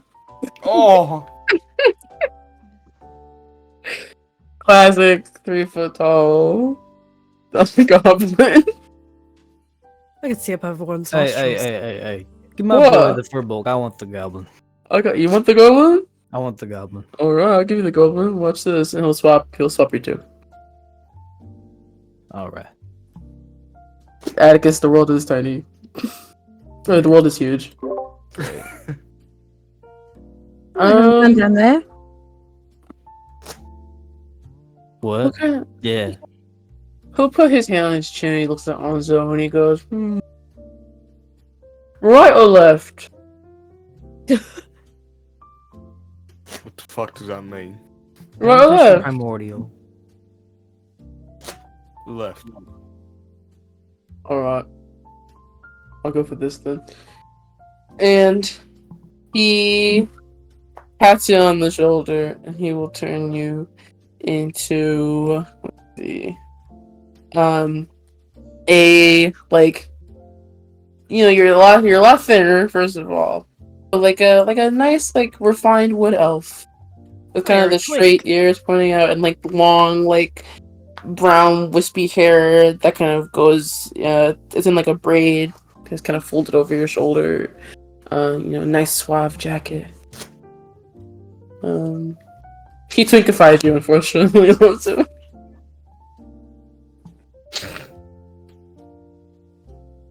Huh. Oh, alright, that's different. Very different. Yeah. I feel like I don't look that much different. I'm just short. Well, I mean, I think you're very attractive, so I just need you to change around a little bit, not too much though. I like that you kept me similar. I like that you kept me similar organs. You know. Yeah, no, I don't want to give you like a weird situation. Yeah. I'm used to hollow bones. You know. Right, yep, mm-hmm. Alright. See, so Right. what did you say There's- down there? I said he made me short. What? Just kidding. Alrighty, well, I have to go put on my sexiest outfit. But Really say it was because he found me attractive? That's crazy. yeah, he did. Probably. It's not hard to. This is not hard to tell. He thinks all of you are quite attractive in different ways. Yeah. Where'd it go? Well, you know what they say. Imitation is the greatest form of flattery. He'll like wink at Anzo when he says that. Leave that man alone. Oh god, you've been me since you left last night. Jesus, man. No, I just knew you were coming. I figured you were coming at some point, so I just wanted to be. You have good muscles, Hey, let's keep it easy. We don't want I to can get. definitely tell. I do a little, arm work. Arm singular. You and I can rule this city, Pex. Oh god. Right, It's no. taking over. You don't have to. That's talk fully like you. that I now. did. That's unrelated to anything that I do. No, I think also you're quite tall. You got good, good bone structure. Uh-huh. Yeah, you all got some great qualities. Very good. Very good. Cream of the crop. I don't know about all that, but very up there. Show us your balls. What? You don't say that. I do say that. You say that? Yeah. I fucking smacked my head over Anakin. Why would you say that? I think. Oh, this is like, whoa, here you go. Okay, well, maybe later. Give me flashbacks. Maybe when you're not a little goblin man, huh? No, but I have the perfect. Ah. No, you're right. I don't say that. Atticus has fucking lost it, man. I'm. Atticus needs his dose of crime. He's gonna become gayer, guys. I don't know. Okay. This is gonna be his gay awakening. Is it being a goblin? show us your balls. Is crazy. So wait, does he want to see that guy's balls or does he want to see Onzo's balls? I think No. Dolus is- Oh, he is Onzo right now. so- Yeah. Yeah, but spiritually, I think he means This is- Dolus. This is a true form. this is a Grim Wolf W. Well, that depends. How accurately did he Oh, I'm copy kidding. out I'm kidding. balls, or is it Okay. out? He goes. All right, enough about my balls. They're my balls. You don't know that. Yeah, you don't know that. You don't know if he copied them. I mean, I did. That's Can we move on, please? Something else, please. All right. Yeah, we're never getting into this fucking meeting. We're all gonna be fashionably late. We're all gonna be. I'm gonna be, and everyone else is. All right, head to that door. Points to kind of a back room. He goes, head to that door. Take a left. You'll end up at the Parthenon. Sounds good. Thank you, sir. Just I don't know. I think there'll be some interesting points of discussion tonight. So, Mhm. Hopefully not about balls. but yeah.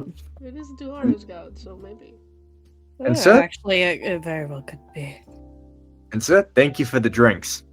You're Much welcome. If you ever, I run parties every so often, so I can shoot you a link if you'd like. Oh, don't tempt me with a good time. Well, As well, right?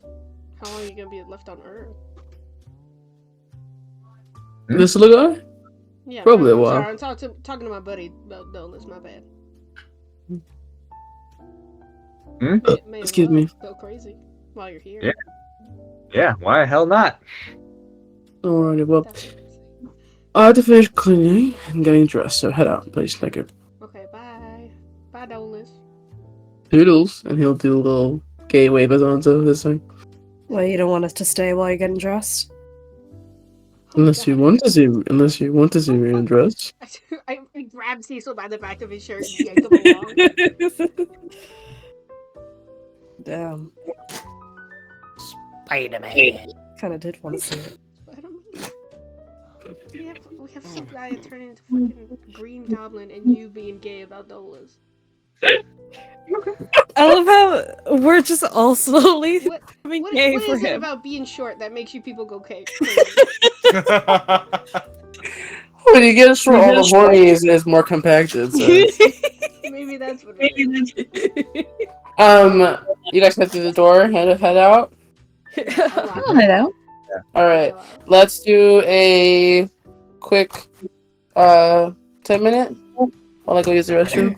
A massive, for players, just think of the real life Parthenon. You have it in your head? Mm-hmm. That's the Parthenon. That's it is made with these beautiful marble pillars. Although they are worn from the hands of time. Some of the pillars are gone entirely or are split and have cracks in them. But still, even despite everything, its size is immense. And you can feel the work that went into creating this hall. As you guys enter, you're not the only attendants here. Many of the gods. Oh, I'll skip the music for you, Devin. I think that probably won't let you. Okay, there you go.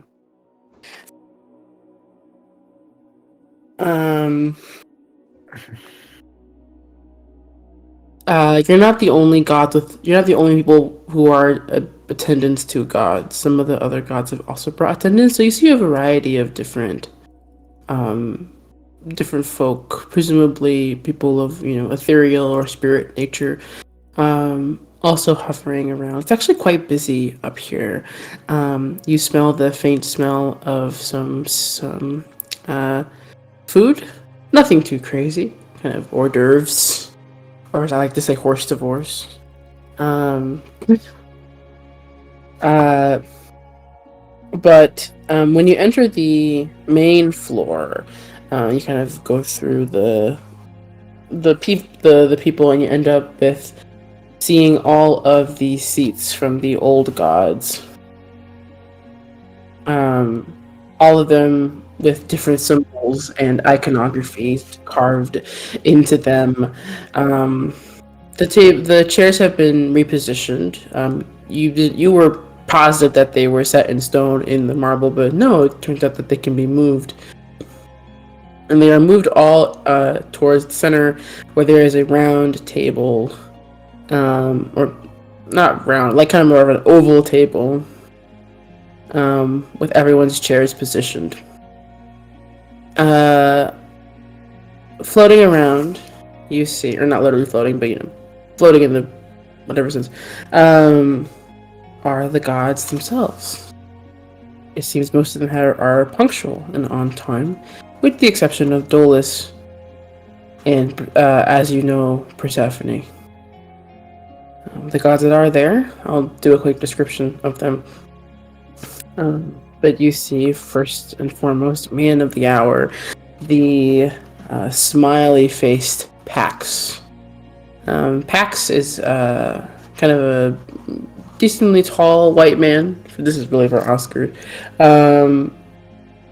His hair is tied. His brown hair is tied in a ponytail.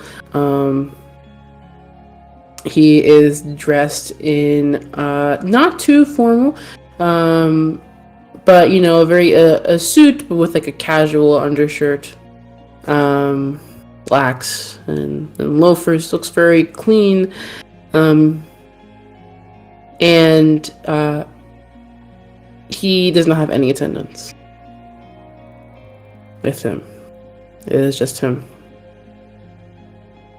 On his shoulder is a woman with kind of with brown skin, kind of oak colored. She is around 5'4". But what's striking about her is her hair. Her hair is black with you see these blue highlights in it, almost like dark blue highlights. It's tied in these two pigtails that are almost like buns at the top that then extend into longer pigtails. She's dressed in a very it's kind of classy still, but the blue sort of short top, and the sort of kind of shimmery flare matching pants, and they're this sort of white and black, kind of matching with Pax. They do have a little bit of a shimmer to them as she walks by, and a little bit of oh god, what's the word? That doesn't matter. Lots of jewelry. She has sort of several necklaces on, and several kind of bangles, large hoop earrings. And she currently has her arm intertwined with Pax's.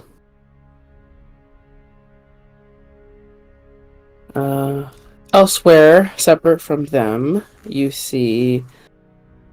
You guys recognize. Oh, did you guys meet? No, you did not meet her, I don't think. You see a friendly, kind of kind-faced,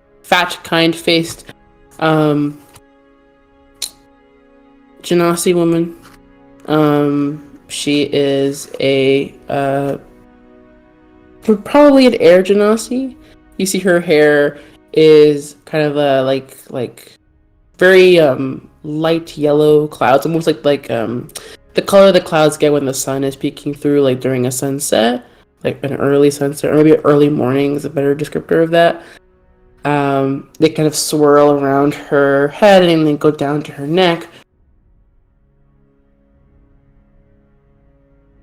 She's wearing what looks like she's not dressed particularly fancy. She's dressed in what looks like very, very. It's giving grandma. Kind of the puffy dress with still the apron on, like she was like just baking. She even has like kind of tucked and folded and like attached to a belt, like a hat or like a hairnet, that's like tightly wound and sitting around her waist. She's pretty short. She's only like 5'2". And next to her is a very tall and large man, like similar in body type to like Anzo. Long flowing blonde hair and brown eyes. He's kind of when he smiles, you see he's missing one of his front teeth. And he has this like kind of like deep belly laugh. He's also one of the only gods that has his weapon actively on him, strapped to his back. It looks like a spear. It's not out or anything, but it's this beautiful kind of golden spear with you see it has like a very faint kind of bits of lightning kind of jump off of the tip and go down. Kind of pool at the very bottom of it, at like what looks like a gemstone at the bottom of it. So they're chatting. You see kind of brooding alone is a bald man with kind of a shallow beard, a bit like not like a 5 o'clock shadow, but like short beard. Has a deep scar over his face, and then he has a very deep scar that hasn't healed. That's healed, but healed very poorly, like across his neck. He is dressed in like lots of like leather and like bear skin. He's just quiet, kind of brooding. You see a very short and like stern looking halfling man dressed in like he is full like formal suit, and sort of thin, and is adjusting the cuffs of his jacket. His hair is slicked back and like a little bit too gelled, slick back black hair. The only thing that makes him seem like a little bit like not like a super normal guy, or not like the one thing that's like a bit surprising is that he does have stud earrings, but otherwise he's very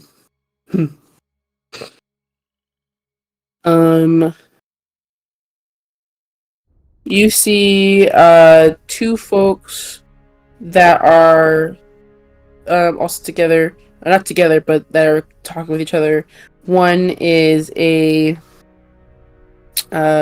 pale woman. Her skin is almost porcelain white, with long flowing blue hair, like dark blue hair. That when you look into it, like kind of the part that's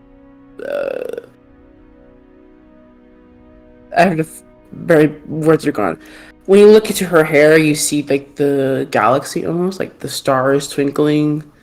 And she's wearing like this crown that is made of like silver with the phases of the moon as gemstones around it.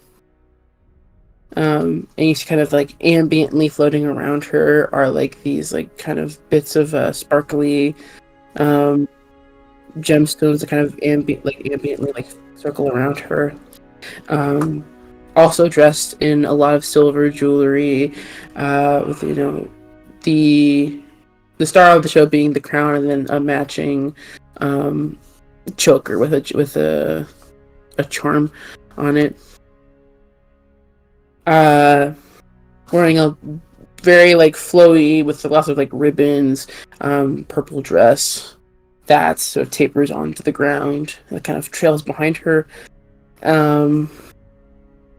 Next to her is this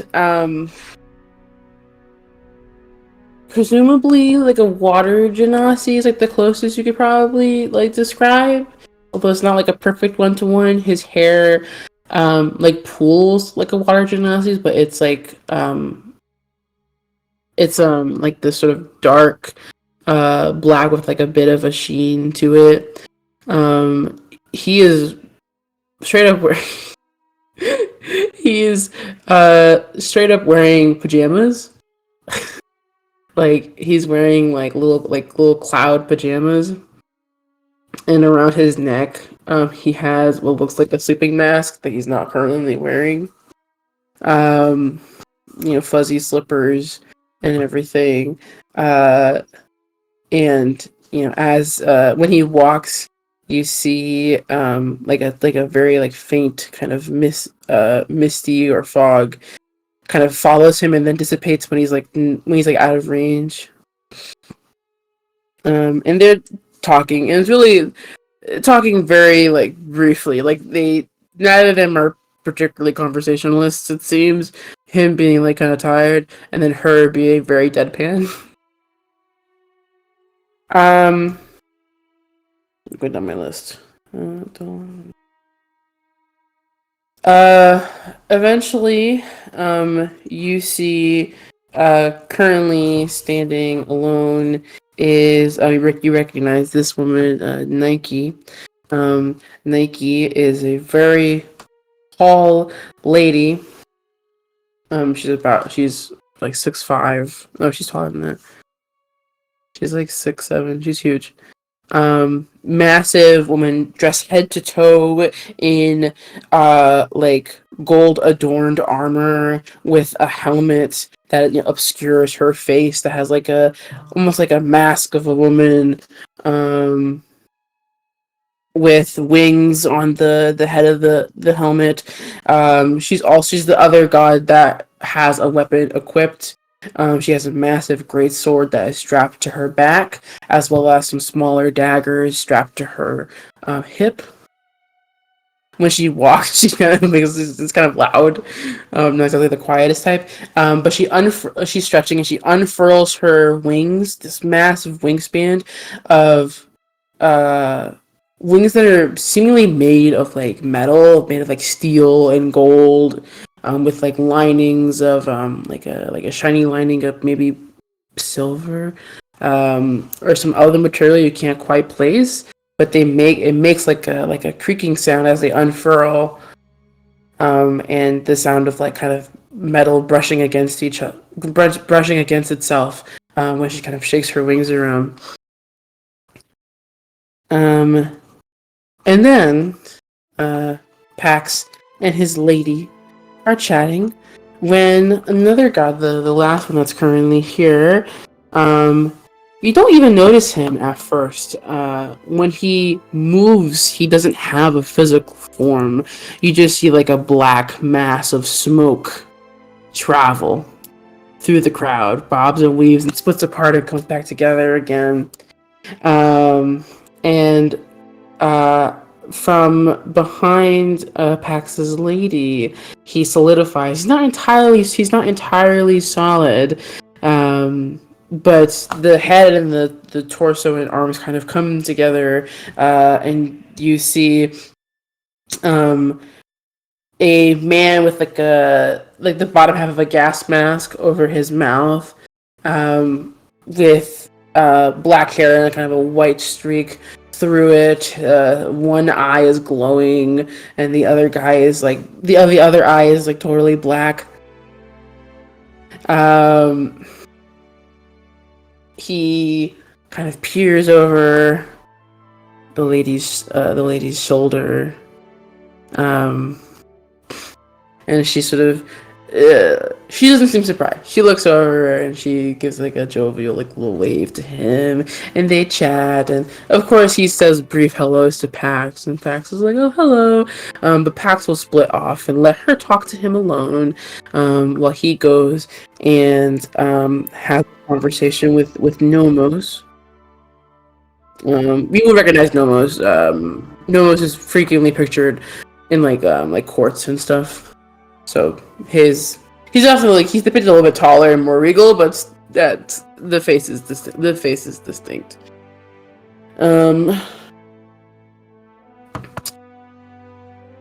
They're talking with each other. Is there anything anyone would like to do before they sit down?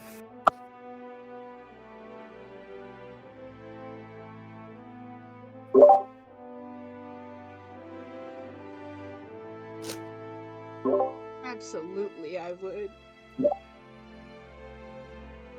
What would you like to do? I just want to ask before I do anything. My thief spell. I'm the only one who can hear the ring, right? I believe so. Yes. Can I ring it really fast? Sure. Yeah. Let's think about the most value. Let's think about the most valuable thing, right? Yeah, the most valuable object within 100 feet. 100 feet radius. Okay. What's the most valuable object 100 feet radius of you?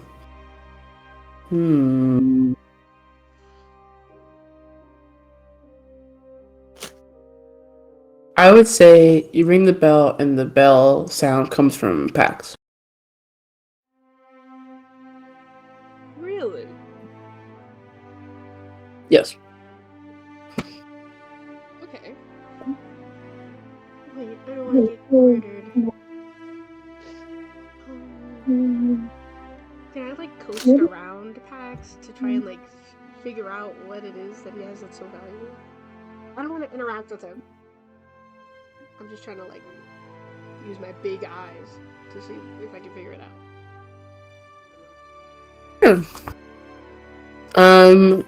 Make a perception check. Can I get advantage because I'm using the bell? Sure. I didn't think that was gonna work. Thank God for advantage. 25. Okay. At 25, you see Pax. You just barely see it. But like kind of tucked in his jacket, he has something in like an inner pocket. It is a weapon. So there's 3 gods with weapons. Interesting. Okay. Sunny will be like, just while we're waiting, just keeping an eye on it to see if Pax maybe ever puts it down or does anything with it. Sure. Anyone else?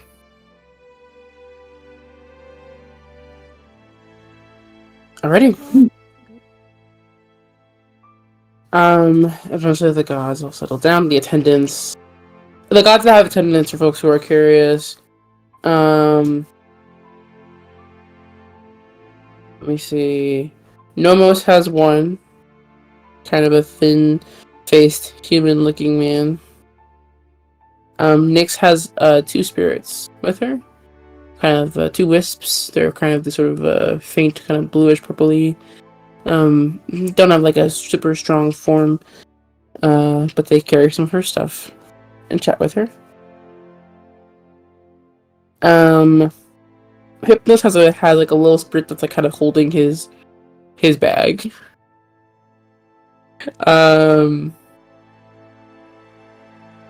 And let me see. Kira has a few who just seem to be with her. They're not doing anything particularly. They're not doing anything in particular.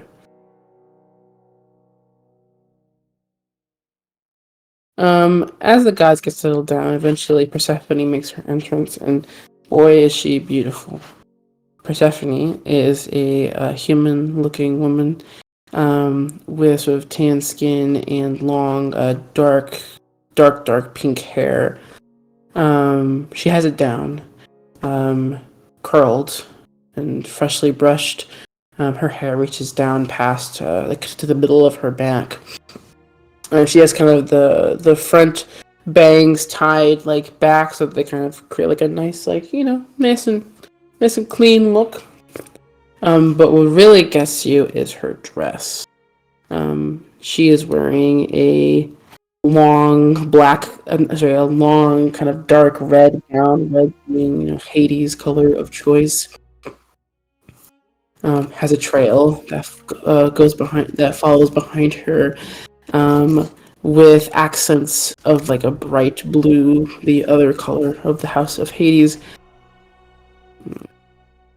Kind of a greenish blue, I guess, better way, like a turquoise, I guess, better way of putting it. She's wearing very, very sparse jewelry, just a necklace with a gemstone, with like a kind of a turquoise gemstone, and gloves on her hands.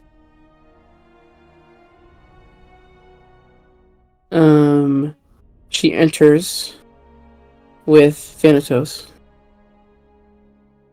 a kind of child-faced young man with white hair, kind of a hat, an old school like 1920s hat, and slacks with suspenders and a white dress shirt.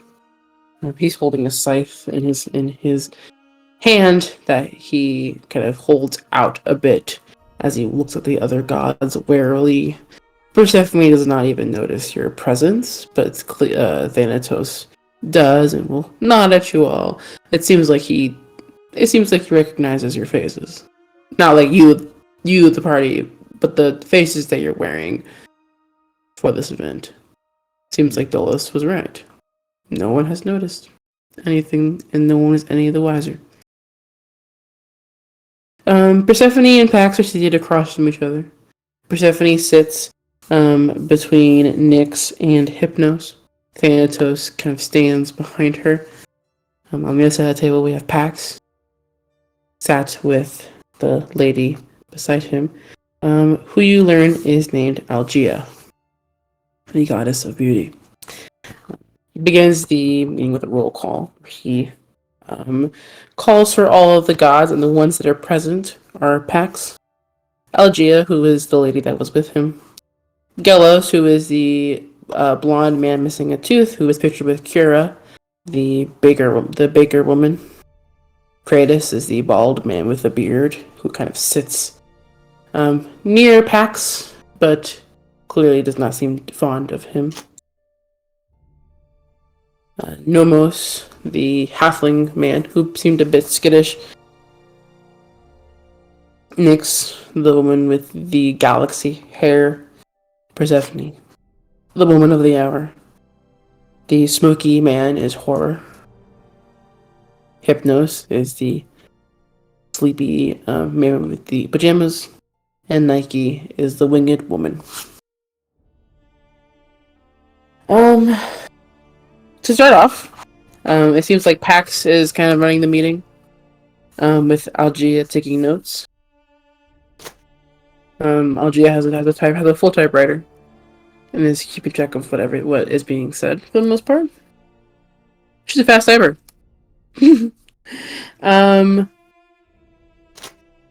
So Pax begins by saying, he wants to have a more democratic approach to the godhood. He emphasizes the importance of working together, especially in times where we're more divided than ever. And he's happy with the turnout, and while he wished that more gods could have attended, he is understanding of the circumstances and is glad that they can begin the process of healing, as he puts it. Then moves on to the second topic of the meeting, or it's the first topic of the meeting, where he says, well, everybody, if we're going to be getting the show on a roll, I would like to first talk about the young goddess. As I'm sure we are all aware, there has been an incident. He points to the sky where Fortean, you see, in the the sky, just faintly in the clouds, there is a massive like tear in the atmosphere that is open, and it is filled with like pinks and purples and oranges and like this like impossible, just like swirling ethereal like galaxy. Do I know what that is? Peer through. This looks magical, but it reminds you of rifts. Like have you ever seen like when they do like interplanar travel? Yeah. The rifts, like the small rifts, tend to look similar. This is a massive one. So it's like my species kind of use those rifts for, or Yeah, you use like a small controlled version of them to travel. This is not normal though. This should not be here. Yeah. Not supposed to be on her Earth, and also not supposed to be this large. Mother, I hear under my breath, motherfucker. What the fuck's that doing there?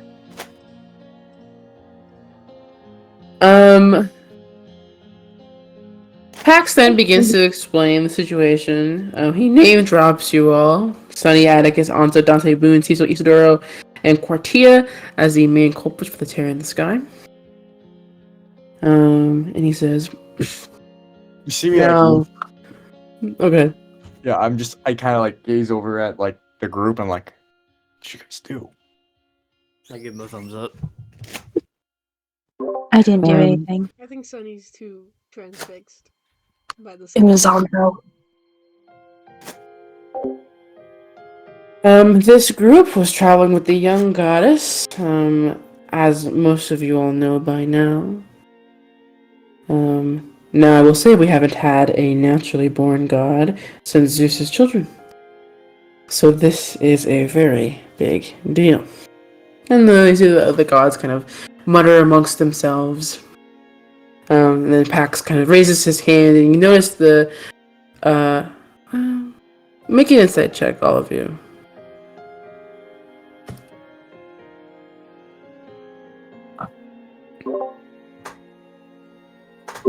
$25. Okay.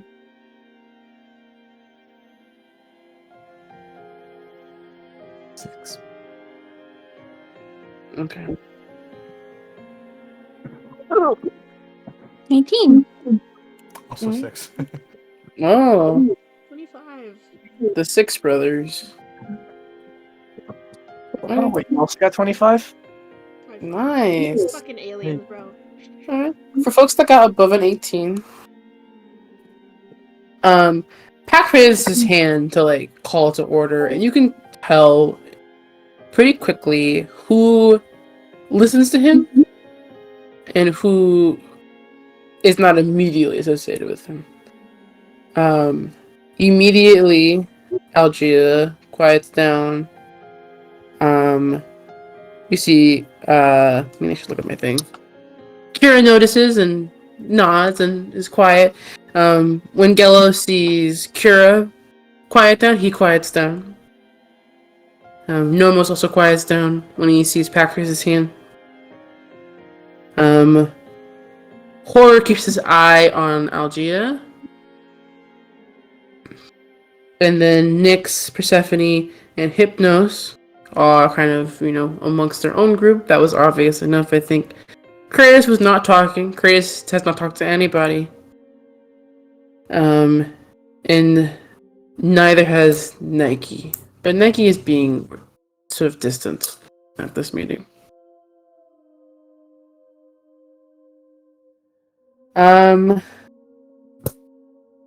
Pax then goes on to say, in regards to the young goddess, I actually have a bit of a theory, if you will indulge my more conspiratorial side. But I believe we have our ideas on what happens when we kill a god and when a god dies. However, I believe this young goddess can provide us some new insight on that reality. You see, if the public has enough of a burning question about something, even if we kill that god, certainly that god will come back. For example, I'm sure if we gave it long enough, we would get another Hades adjacent person soon. Right? Of course, we can't wait that long. And he says it with like a smile and like looks at Persephone. Persephone does not smile back. But he digresses. I believe that the young goddess is a similar situation. As you guys know, the our previous friend Circe passed many, many, many years ago, just before the Great War. It's a very sad day for all of us. However, I have reason to believe that the young goddess is perhaps a form of the late Circe.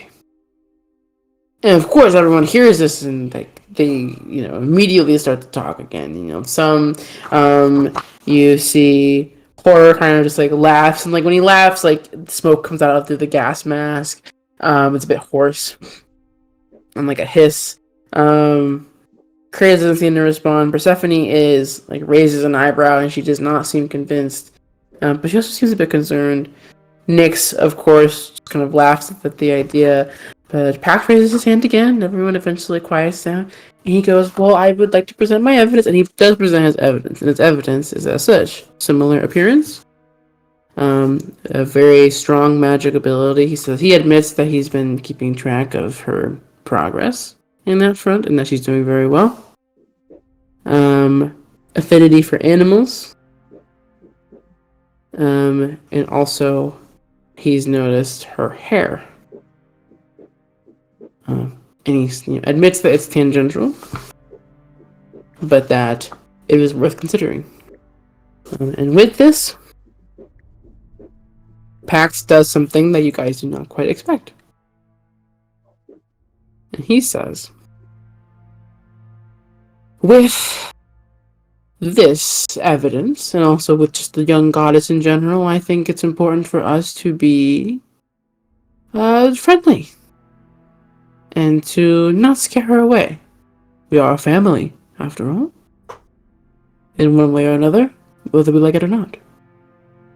So I would like to propose a non-violent policy towards the young goddess. And he very distinctly does not use the name Guinevere. And this seems like a split topic amongst the gods. Horror, for example, is very much like, if she can't defend herself, then what's the point? Nomos also is saying that we shouldn't give God special treatment because they're young and just because she takes on the appearance of a child.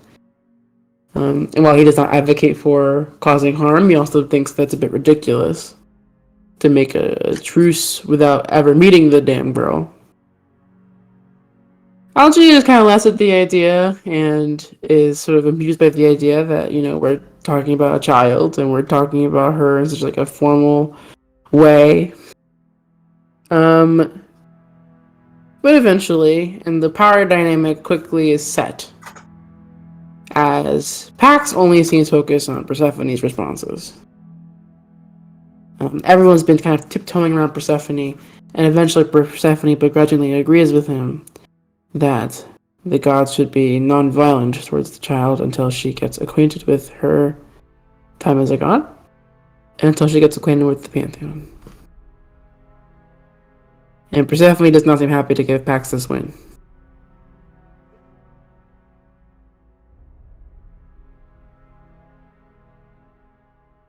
That's the first topic. The gods take a bit of a break before continuing. If there's anything you guys want to do, whether it's attendance or chat or explore or whatever. I grab Atticus. I'm like, and I point to kind of like where the rift was. I'm like, what the? How the hell did you make that? Shh. No, I'm whispering. What the hell did you make that? Listen, we can talk about it later. Now is not the time. All you need to know opens to listen. The young goddess referring to, that's her. She did that. When you made that?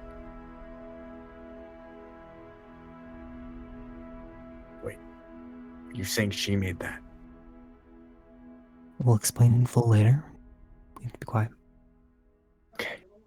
Just to let you know, that thing is far more dangerous than you realize. It's more dangerous than everyone in this room.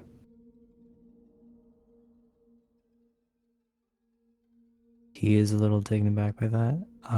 Clearly already thinking it was dangerous to some extent, but and that, intended to solve it, as you probably heard earlier, but kind of just like nods and like, we'll talk later.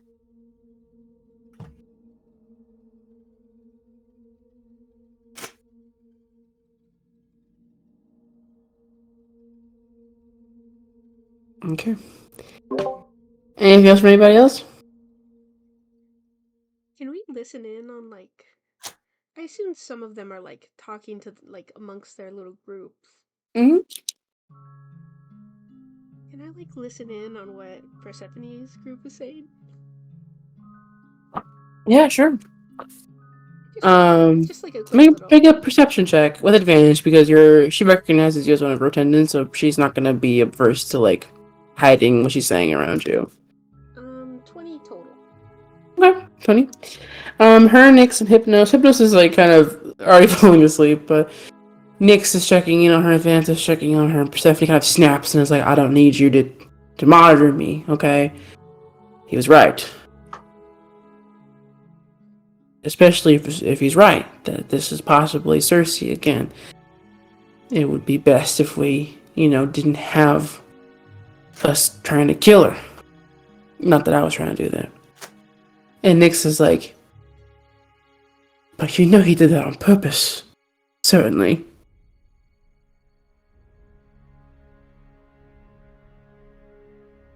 Persephone nods. She's like, I know.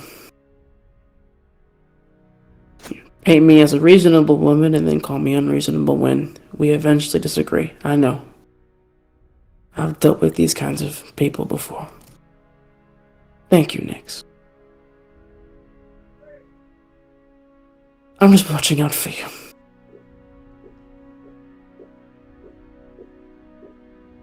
And Persephone and Nyx just kind of like gently kind of touch foreheads. Oh, now I feel bad for listening in. Persephone looks exhausted, by the way. Like, as we get closer to her, she has like bags under her eyes. Is there anything I can like give her to like help her? Like is there like water I can like bring to her? You can, yeah. There's like water at like the food table. You can bring her water. I bring her water. Oh, thank you. I really appreciate it. I know Charon said he's gonna send attendants. I didn't think he could send this many. You lot over there, right? I'll nod quietly. You can talk. I don't mind. I'm not like other folks. I don't really encourage the whole. Thank you for the water. So he's like, fuck, I think she'll recognize me. She does not again and will like back up.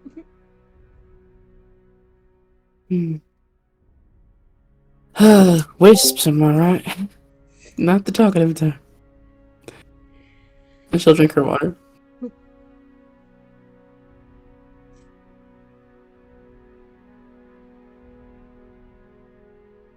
Any other things that anyone wants to listen in on?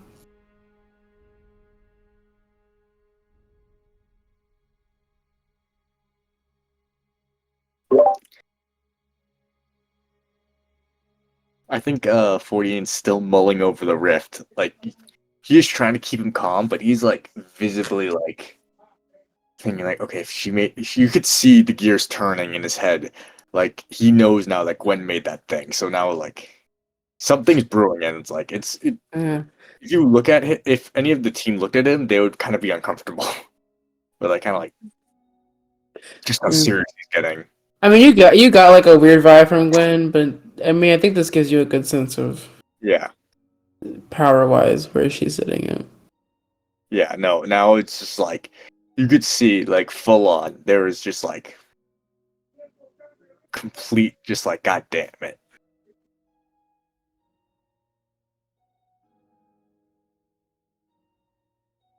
All right. Topic 2. is housekeeping. It's a lot of housekeeping.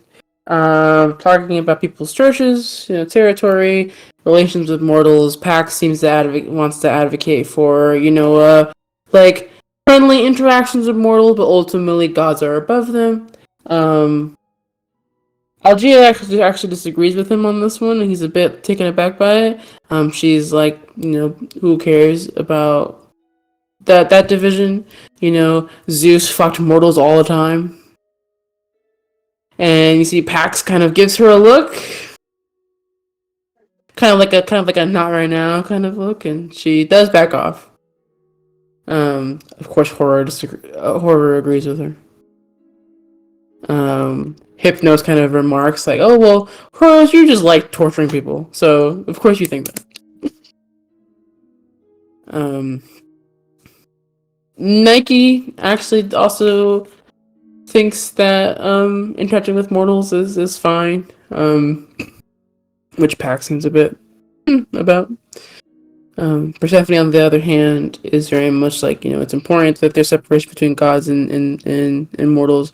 Mortals are important and they're valuable, but like she sees it as kind of like a parent-child relationship. So yeah, get some other opinions on that. Kind of boring though. Kind of falls up a little bit during it.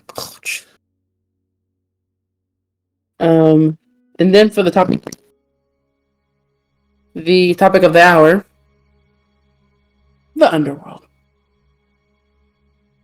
Pax begins.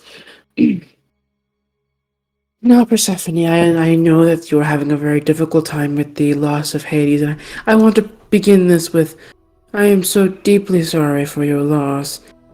We all loved Hades, and he was a great man, and it is so sad to see him go. Persephone says nothing to this. But Pax continues. However, I do think it's important that we discuss who the next ruler of the underworld is going to be. It's a big job. And while I don't doubt your ability to run the underworld, my dear Persephone, I do notice, if you don't mind me making clear, I do notice you're quite tired. And it would be unfortunate if our goddess of seasons, after the death of Demeter, your mother, it would be unfortunate if our goddess of seasons was elsewhere. I think your job is very important, and I do not think that it is sustainable. And some of the gods interject, some of them did not seem to know that Persephone was the one that was handling all of it, and that she was struggling to do so. And Persephone seems a bit embarrassed by this, reveal from Pax, because he's not wrong. Unfortunately, which is the worst part, is he's not wrong. Of course, Persephone interjects. She goes, I'm handling it just fine, thank you very much. But I do agree, it will be helpful to have more assistance down there. And she'll share her progress that she's made, basically getting attendance in the cities. She's managed to restrict travel between the cities, and has also largely restricted soul traveling. To which Horror remarks, well, we unfortunately have a bit of a undead problem that's slowly growing. And the mortals are starting to notice that people aren't dying the right way. And some of the gods seem to have noticed this, some of them didn't, but it seems like in place of souls not being able to traverse freely, souls are instead dying and returning to their body incorrectly. And it's causing kind of very unsettling, kind of writhing in pain. And Thanatos has been going to deal with these people. But it's, it's difficult to handle a zombie and have this very restricted movement. While preserving the soul. So they're having a bit of a zombie problem that's developing, it seems.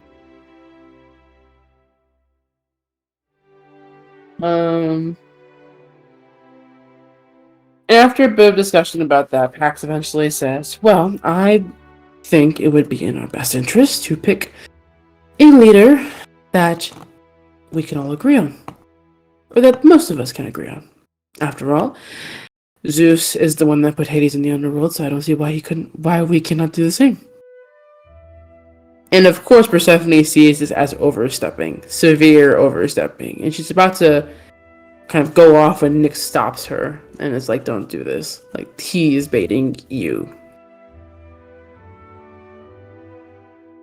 Pax then proceeds to share his candidate for the underworld, and he has one prepared, much to Persephone's shock. I actually have to pull up her name real quick.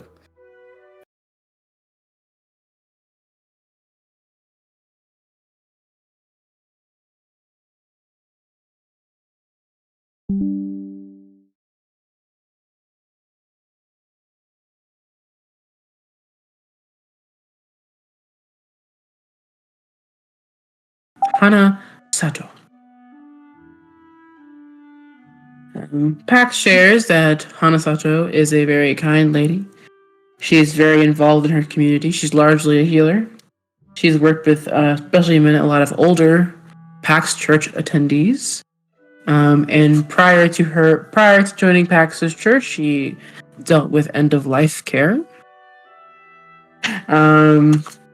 She's compassionate about other people. She's an upstanding, in his terms, upstanding member of the community, not just within the church, but within Zarif. She also travels frequently and is fairly well known among all the different churches throughout the country. And of course, Persephone is taken aback by this because she's like, you can't just make a god. This is something that is developed over time. To which Pax and Algea, especially, disagree. This is a modern era, he says. It's not too hard to make a celebrity. After all, look at the booming success of Castillo Ezio. Went from,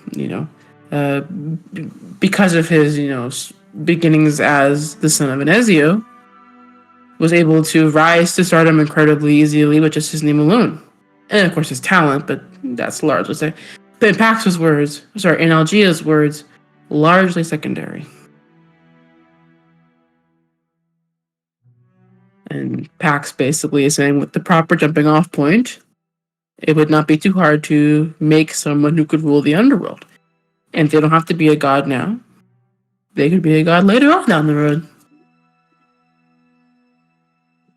And Persephone, of course, is like, I won't allow it. This is ridiculous. This is my husband's job, and I am his wife, and therefore this is my decision. To which Pax hits her with the, well, Persephone, we don't need your permission to instill a ruler in the underworld, to be clear.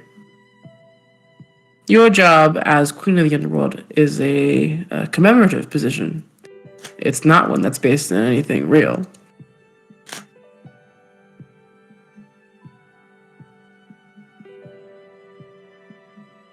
You just hear under his breath, fucking God, fucking Earthlings.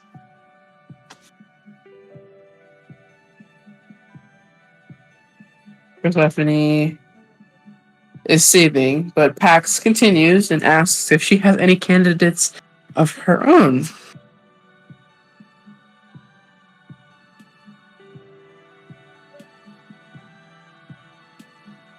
And you see, she sits and thinks for a while.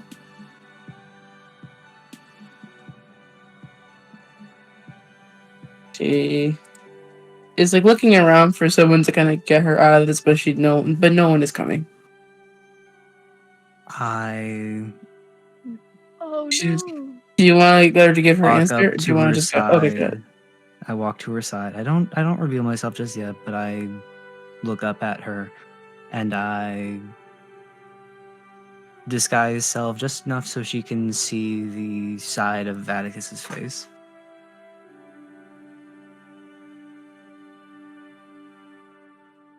She nods.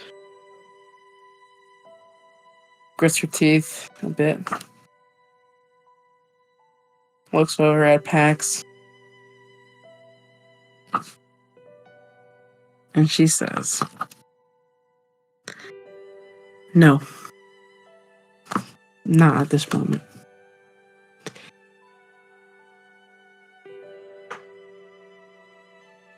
I have a few people that I'm considering, but I don't have a solid candidate."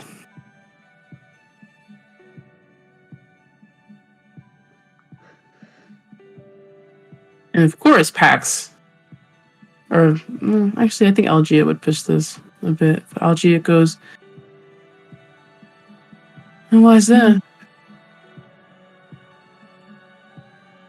And Persephone knows how this looks, but she looks over at you, Atticus, and you can tell she doesn't feel good. But she steals her resolve and she says,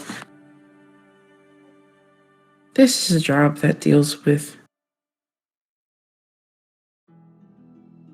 many people, and I just think it's important to have skills with people for it." Respect. Do you say that? Yes. You say that. Some of the guys look over at you like shut, but like attendant is talking, but they don't like no, it's Persephone, so that's her problem, not mine. It's just like that's what I that's all I say, because like it's kind of like what the thing that was on Forian's mind was that leadership is built around respect, and clearly none of these not Pax, none of these gods understand that. So he is just like, the fuck is wrong with all of you people? And it's just like he huffs that out. But it's just like he knows he shouldn't have, but it's just like, the rift, everything is just kind of like messing with him. Yeah, for sure. It's But just Debbie like looks over at you and she like raises an eyebrow, but won't remark. Of course Pax has to jab it in, and he goes, "Well, I do know that there are some mortals that you have been in contact with that have been talking sort of around the idea. I know of the previously mentioned group, everybody.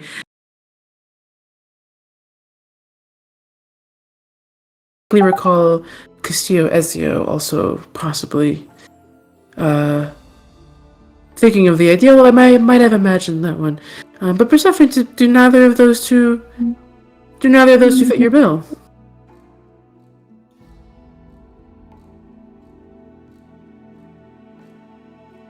And Persephone takes a deep breath, and she goes, "Listen,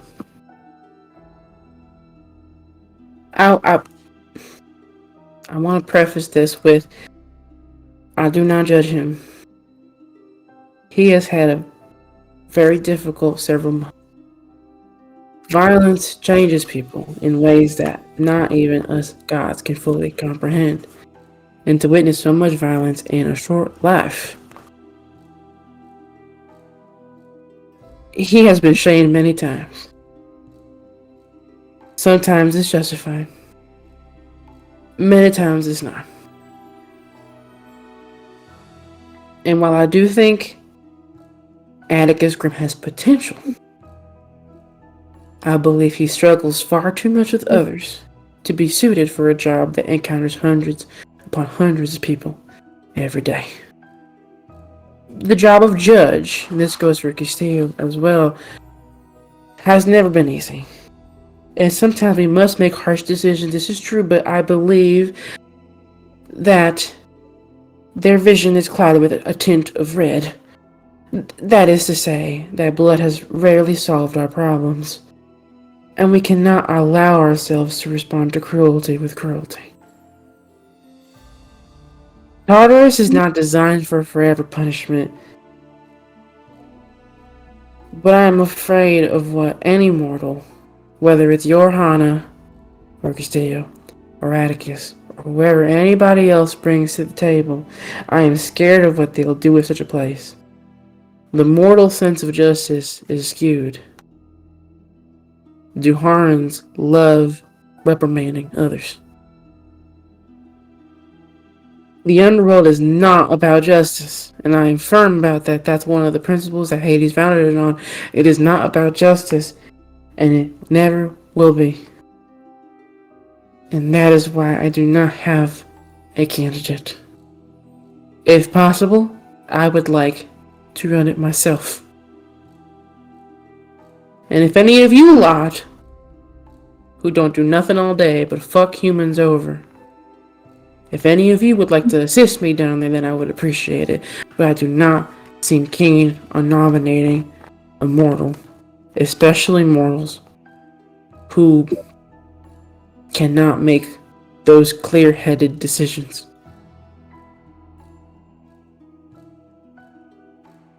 That's all.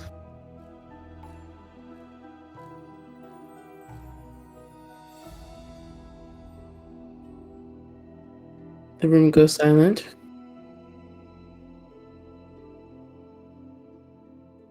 And Pax Spencer says, well, we do have a candidate, so I think it will be fair that a supermajority should be able to be enough to go about the process of getting someone set up there.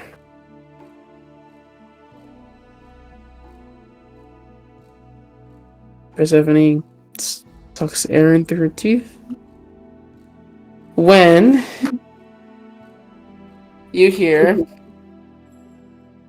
"Hello, everybody," from the back of the Parthenon, where you guys entered, you see two people enter the space. Oh, my guy. You see a Lalud,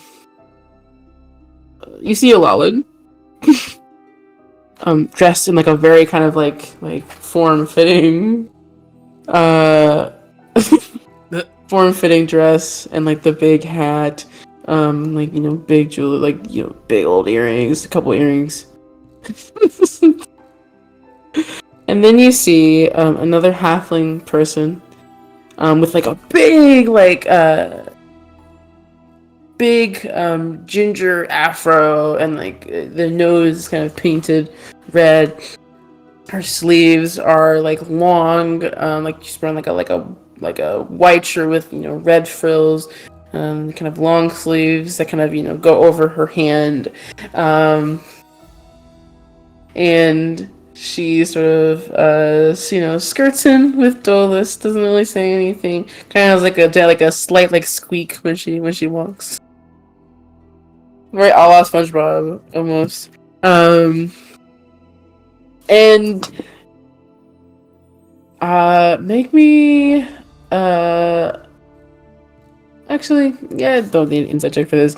You see Atticus, this is just Atticus. You see Pax is about to, like, you know, very kind of confidently has his hands up, and he kind of like scrunches his hand a bit when he hears Dolus's voice. He does not look as confident as he previously did a couple seconds ago. Atticus having almost having stepped in, kind of sighs a little bit as Dolus takes the stand. Fordian, like, slowly puts away his blaster. Dolus takes a seat right next to Nike, kind of, you know, puts on his body. Will sit.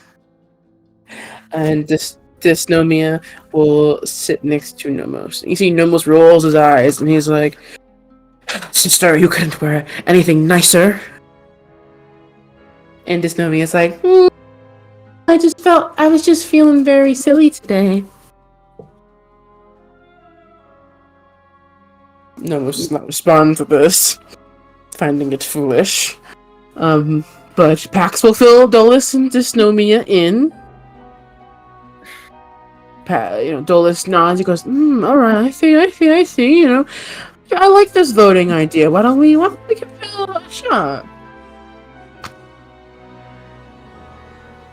And Pax sucks air in through his teeth,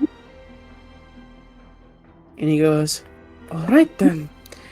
Those in favor of going ahead and instilling Hanasato as our potential ruler of the underworld, please raise your hand and say aye." And it's here where you get the full extent of the gods' relationships with each other. When Pax raises his hand and says "I," Algia, Kira, and Nomos all say "I" pretty much immediately after. Now for different reasons. Kira especially does not seem particularly malicious. It seems like she's under the impression that Pax, knows what he's doing, and she seems to have a lot of respect for him. Algia is Pax's presumed partner, and Nomos and Pax seem to have a bit of a transactional relationship. They look at each other with a kind of like a nod and such. When Algia raises her hand, Horror raises his. When Kira raises her hand, Gelos raises his. Kratos chooses to abstain from voting. Kratos does not vote. He stands up and he doesn't leave, but he does stand behind his chair.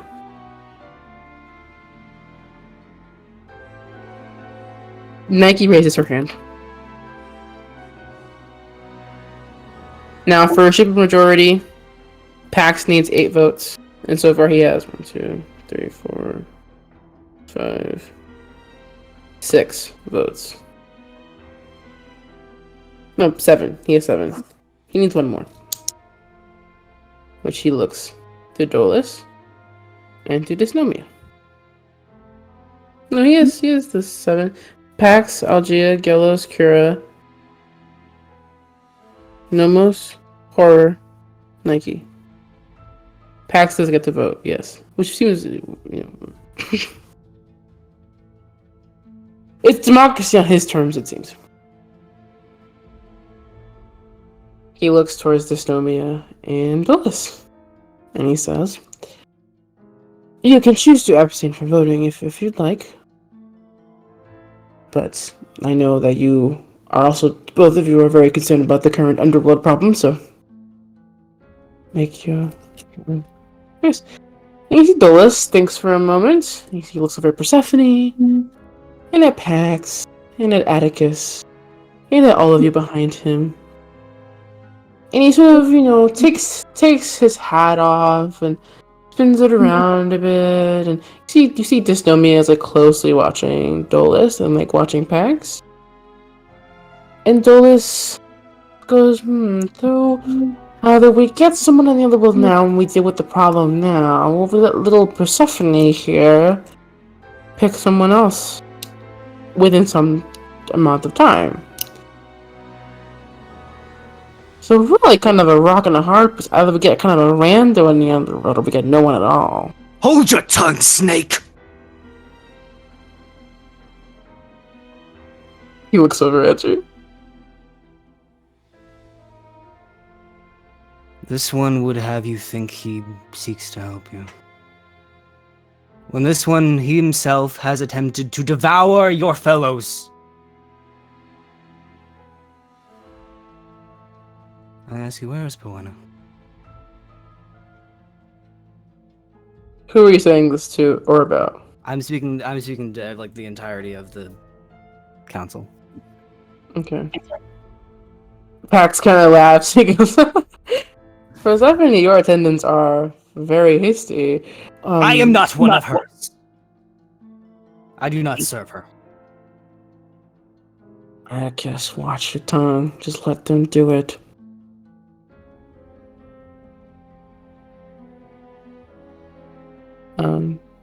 But Pax will respond to your question. He goes, well, Poena did not want to come. Simple as that.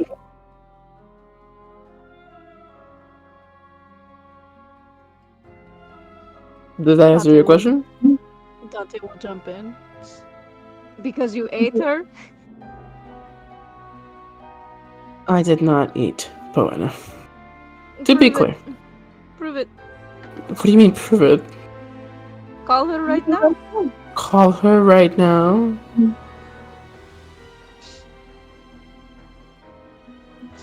I know you guys have your little powers and whatever. I'm sorry, Persephone. I'm not sure what you're trying to do here, but please tell your attendants that they can share their comments with us after we finish our vote. Dolus was about to say something. Great, show of power. What, you gonna throw your poop at us too? Ooh, huh? Fucking monkeys. All right. Well,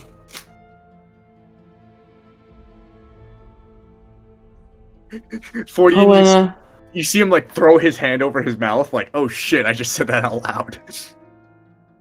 Powena is here. Oh no, sorry, not here. So he doesn't say that. Powena is alive. If you all want proof of Powena being alive,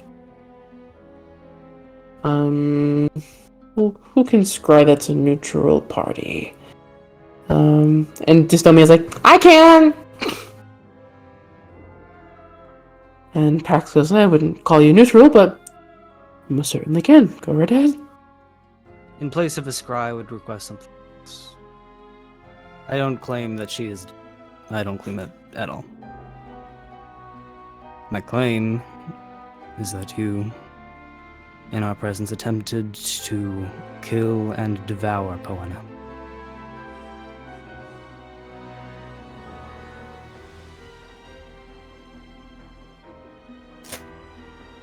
So really, if we want to find answers, we must speak to Powena to hear her account.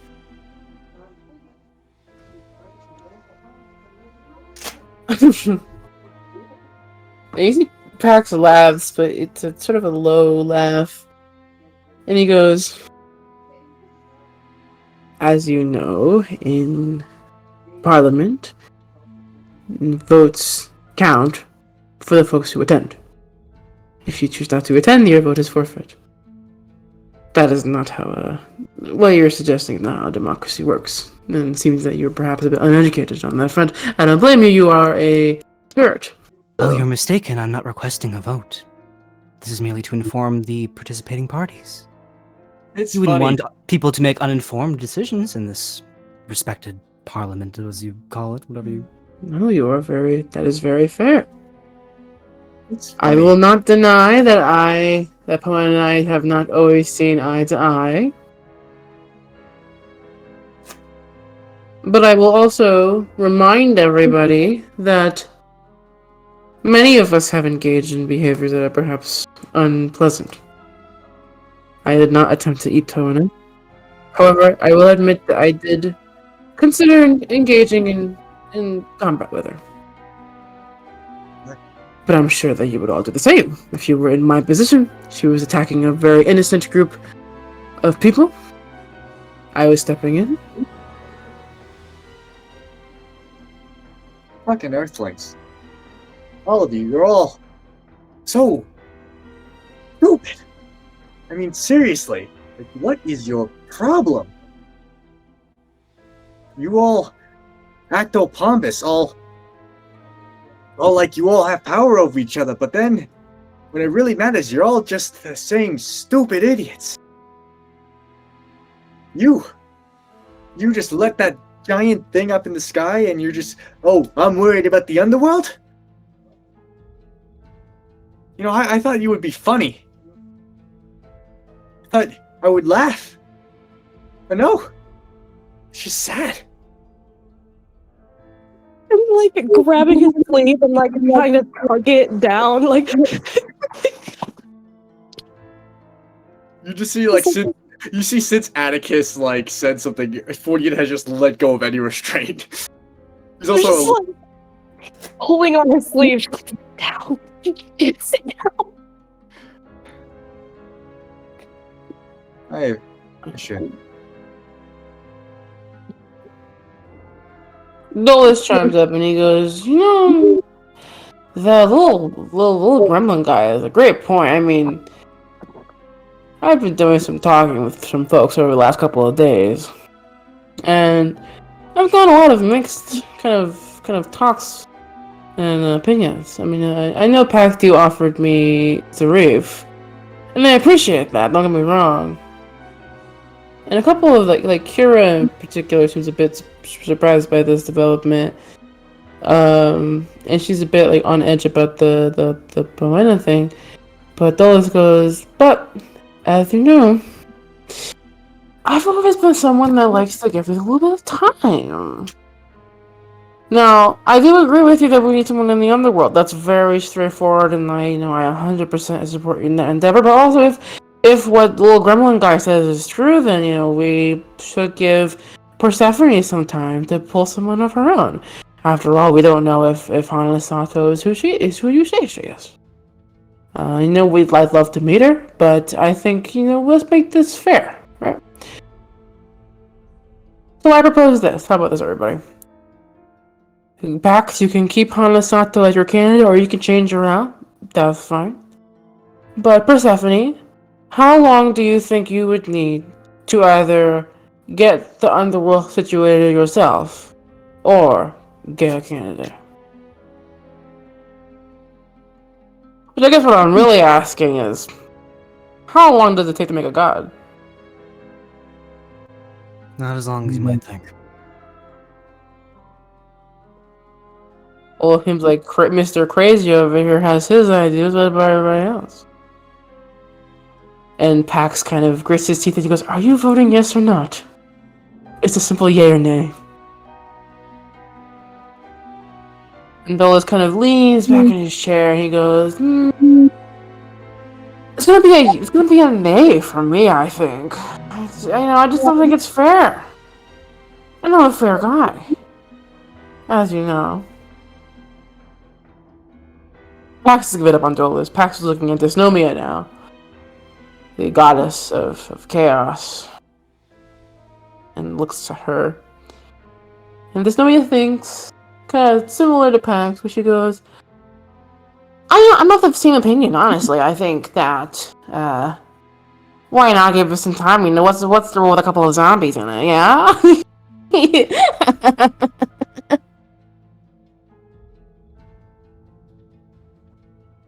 And Nyx chimes up and goes, well, Pax, it looks like you did not get your supermajority.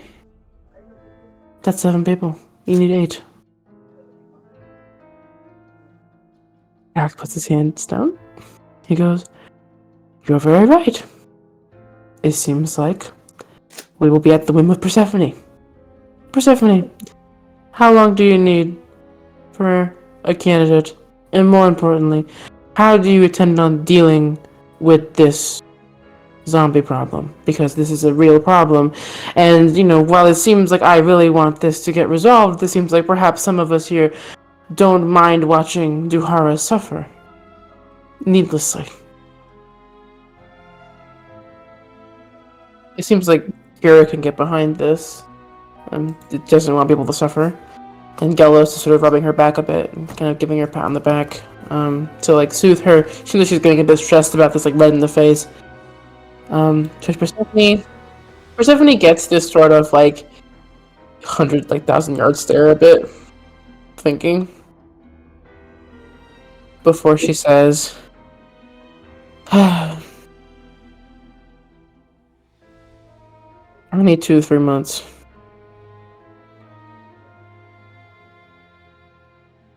That's what I need. And the folks that I'm thinking about, they'll need that too. I guarantee it. Not they want my blessing. And Pax is about to chime in, but she says, as for the zombie problem, I do realize that seems to be a side effect of the decision that I made. And I'm a goddess of mercy. Or I try to be. I've been considering this for a while, but I think I've made my decision on this. Hands up. And she says, until I get the situation in the underworld resolved, whether it's picking a mortal to become a god and do it, or become a minor god and do it, or I run it myself, it seems like it's either I let souls pass in and out willy-nilly, or I let people become, zombies and possibly cause more death. So what we will be doing is this. Whenever somebody dies in Duhara, I will send Thanatos and my other wraiths out. And she has a hard time saying this next part. And she says, and they will obliterate the soul. Entirely.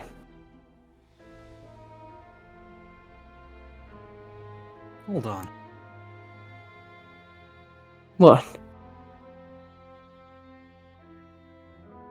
You'd rather destroy souls than... I'm with Pax on this. This is not a solution. I can stand by with. You got a better one then?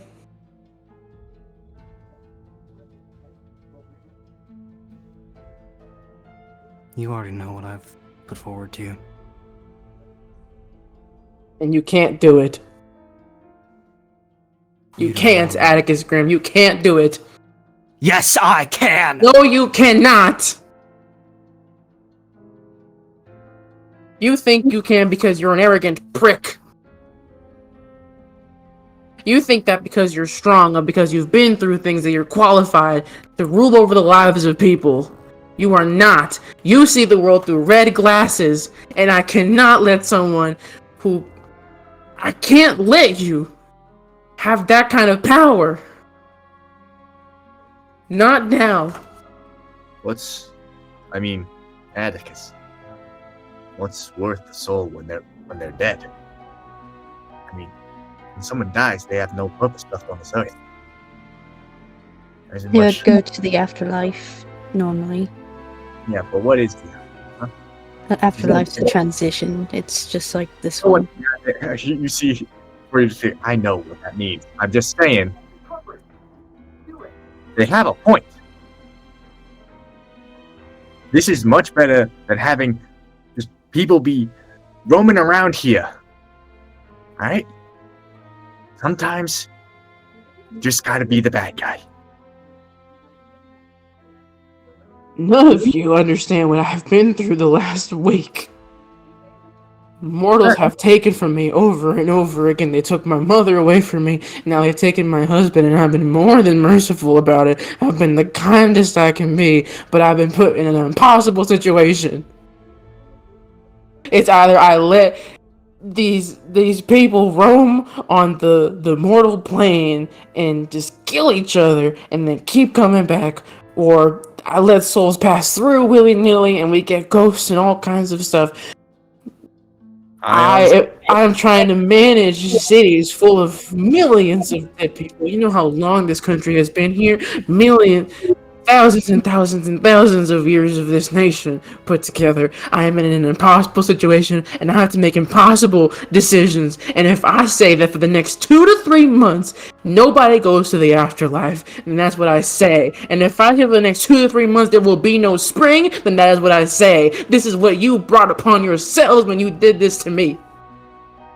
You will pay the price for what you've done. Well, I'm saying There's is- another way! Listen, I have the resources, I have connections. Let me go back to the Duhara. Don't destroy any souls. I will put together armies, I will put together soldiers, I will put together units, guilds, whatever is necessary to protect people from the undead. You just don't get it, do you? You just don't get it. It's like I said, blood has rarely ever solved our problems, and yet all you can think about is how much you want to kill people. Is ending the soul no different? Is that not just another form of taking blood? It's An mercy. easier one, sure. Sometimes ruthlessness is mercy. Atticus. We can't just have these things just roaming around. Like, what are you insane? Like, what is going on? I always thought you were the reasonable one, but this is insane. I mean, I know I have no connections to these people. I know I have no connections to souls or whatever the hell you call it. But this is just Name. All of you are inane. Whatever. Fucking leave it. About the rift you wanted to tell me, but no, please. I want to know. You So- said something about the rift. Something freaked you out about it.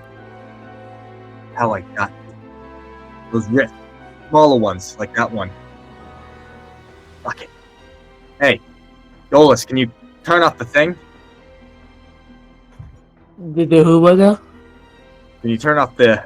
Don't make... I wanna show them the real me. Oh yeah, sure, why not? And he kind of flicks his hand, and you're 14 again, and you see, you see Horror is like, oh wow, very impressive. I didn't know you could do that, get that, slip that by us. And Dolores is like, thank you. They don't call me the Moth King for nothing. Hmm? My name is Fordian. I'm a Kenku from the planet Ruffletti. I was traveling through here through a rift like that one. Smaller one, and I crashed here months ago.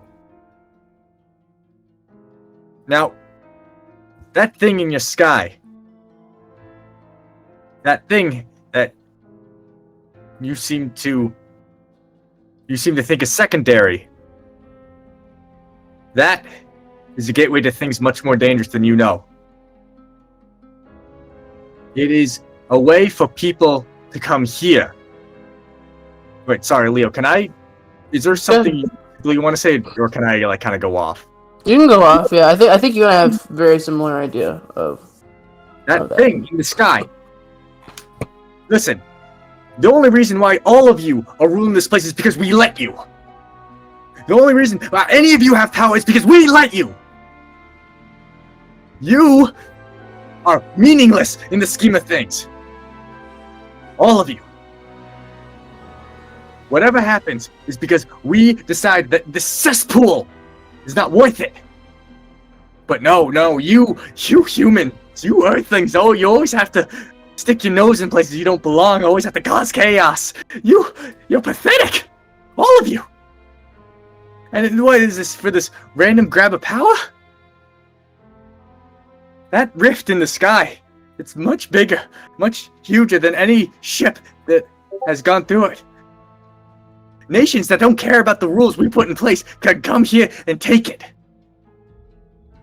Because that thing is up there. Asteroids, black holes, anything you want can destroy your planet. And you just sit here, acting like, oh, zombies. Who the fuck cares? Get your shit together. You all act like you see 14 like calm down. You can't just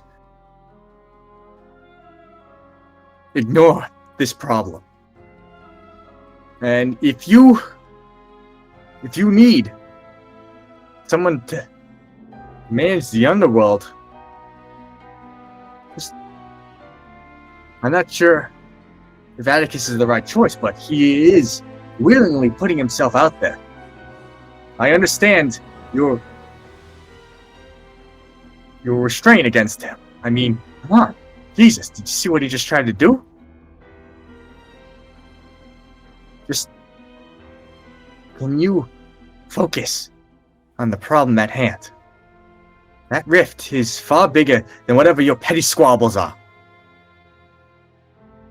And if you wanna, shoot me down because I'm defying the gods, go ahead. You're only proving my point that you're Neanderthals. You can't think without doing violence. Well, we do have a candidate from the underworld, but it seems like not all of us want that quickly resolved, and it seems Persephone's being quite stubborn on the Atticus front. So I'm not sure where we can go with that. Which Persephone snaps. At this point, she's exhausted. She has put so much magic energy trying to keep the underworld intact, and it seems like even during this meeting, she's putting a lot of energy trying to keep things under control down there while up here. But she just snaps, and she's like, whatever problem is there, it can wait 2 damn months, okay? It's my domain right now. I don't care if it's a commemorative position. I'm the one in the throne. I make the decisions about it. And if I said that's what we're doing, that's what we're doing. Alright? Destroying souls will minimize one problem. And we can focus on whatever else there is, the rift or whatever. Alright? This country is already on the brink of destroying itself anyways. We don't need armies of undead. We do not need that problem when we have other things to worry about. I've made my decision. You cannot change my mind. Listen, whatever she decides, she's in charge. Just let her do her thing. What you need to do is focus on that goddamn rift. Okay? If you won't listen to me, fine. I warned you. I warned you all. You just see like 40 just like walk out of the room. It's like an open space. It's like outside. If someone were to take Hades' throne, would they have the power to close the rift?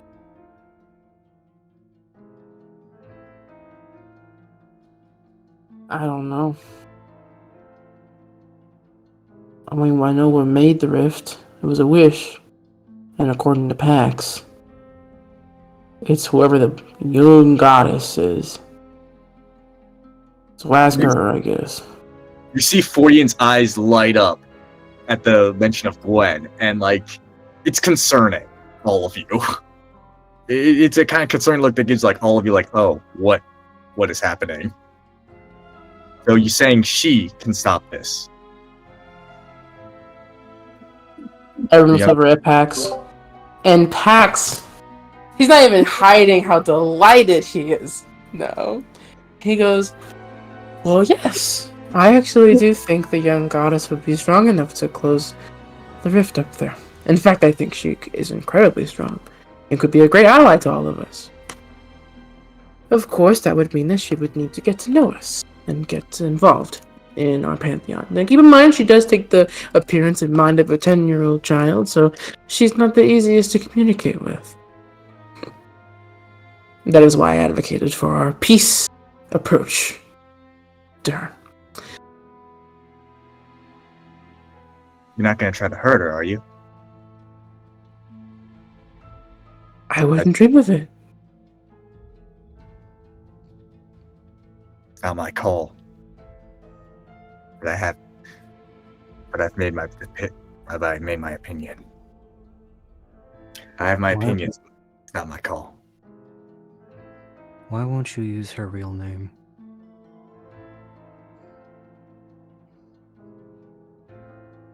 Why don't you say it?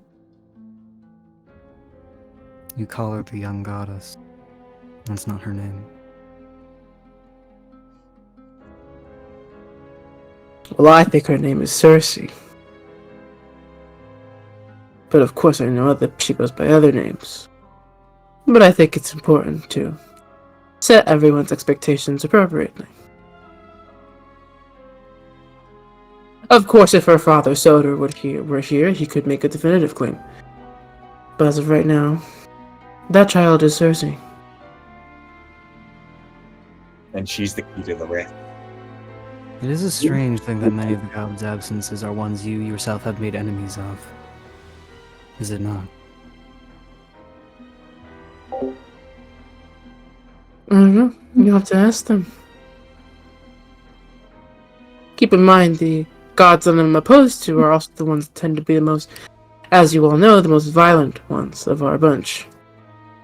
The most disagreeable ones. Poena has frequently targeted many of us here at this table, and Soder is particularly hostile. As you know, Alethros seeks to destroy us all, so it should be no surprise to anybody here that they do not attend.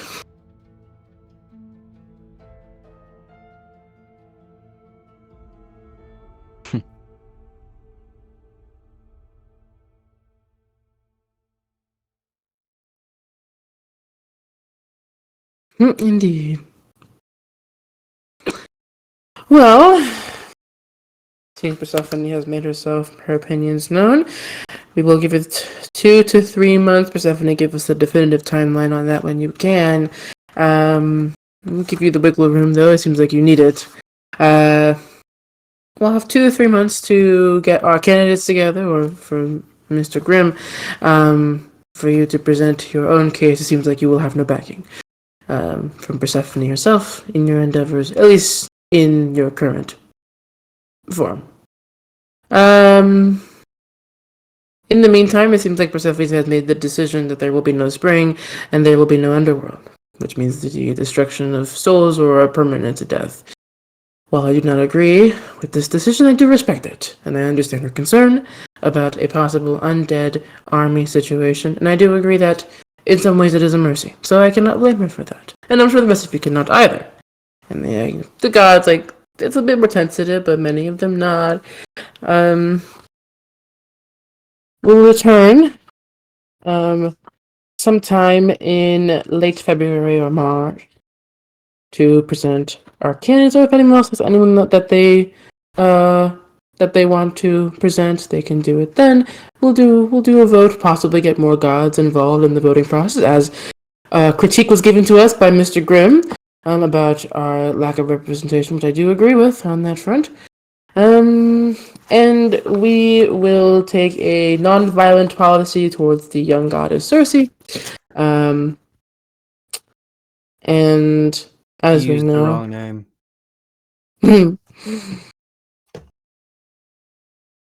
Pax, can I ask you one question?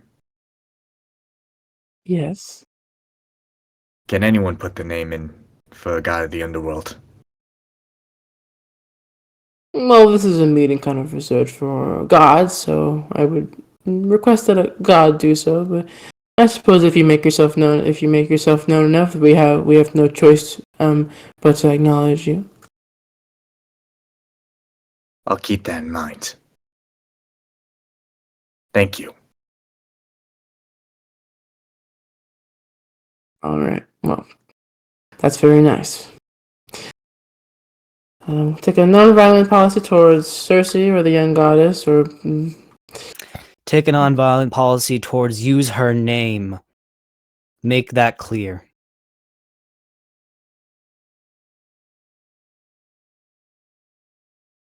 the young goddess Circe also goes by a secondary name given to her by her human mother. That name is Guinevere. It is not her real name, to be clear.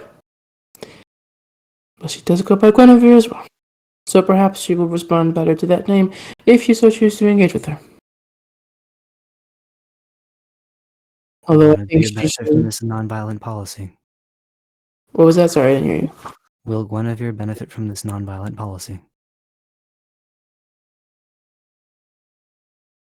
Well, we're referring to the same body, are we not?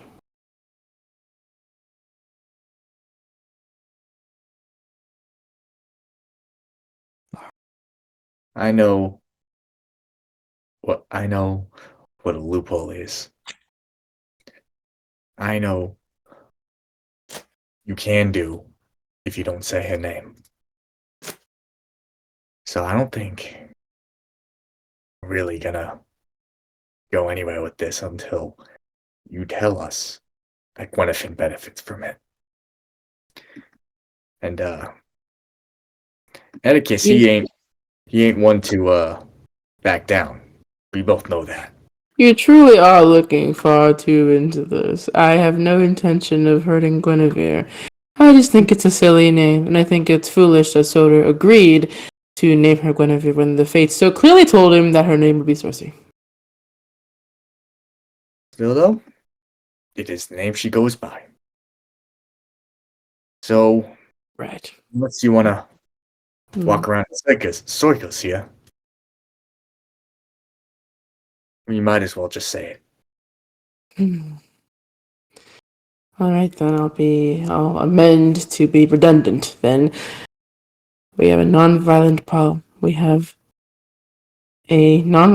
policy. towards the young goddess Cersei, who also goes by the name Guinevere, as given to her by her mortal mother.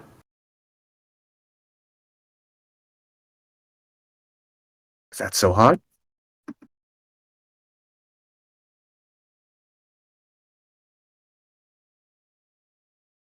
No, it's very easy.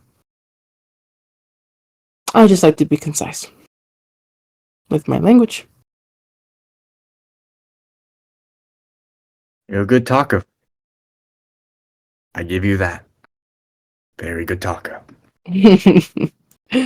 Oh, you think highly of yourself. You forget yourself. Oh, no, buddy. I know.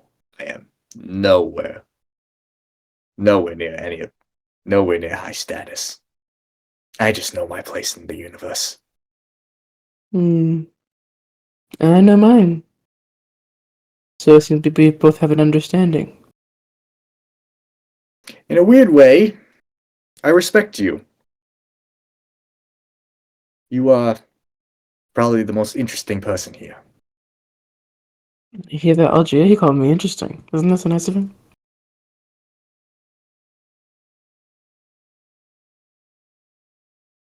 Listen, I'm just a god that's trying to rally the gods together after millennium of fighting each other.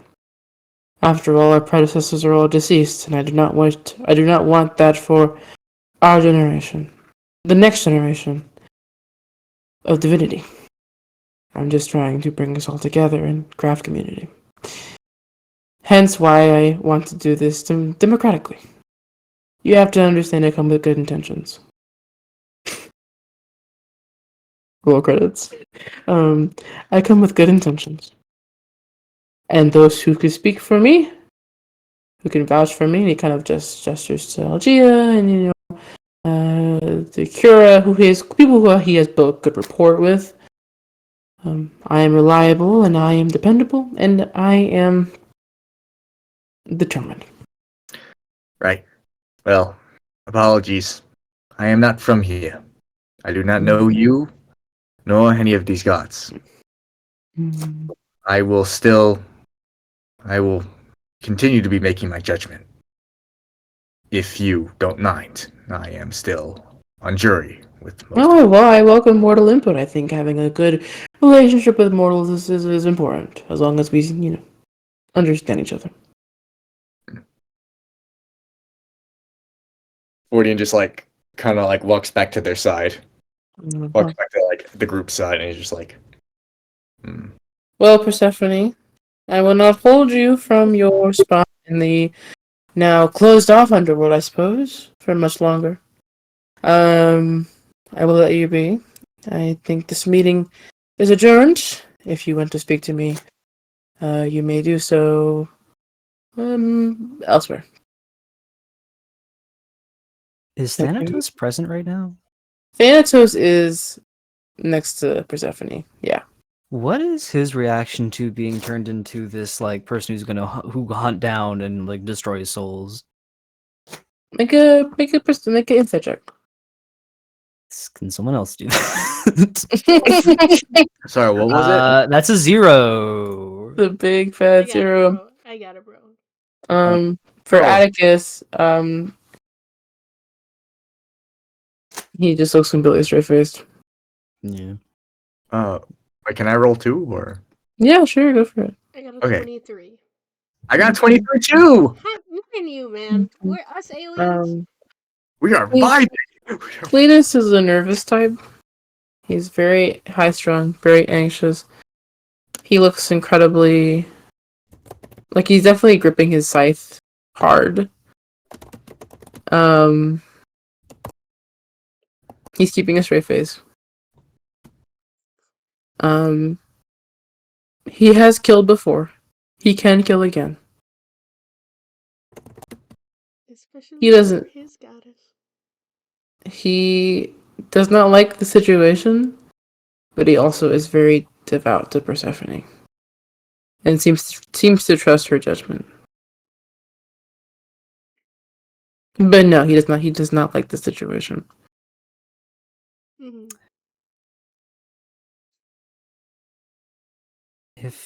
He. Hmm.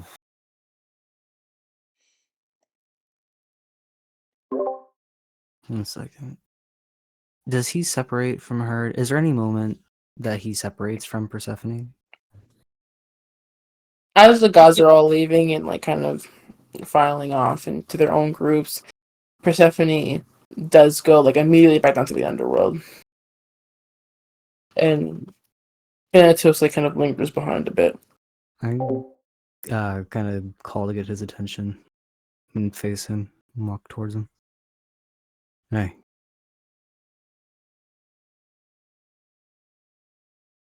I don't think we've met or spoken. Yeah.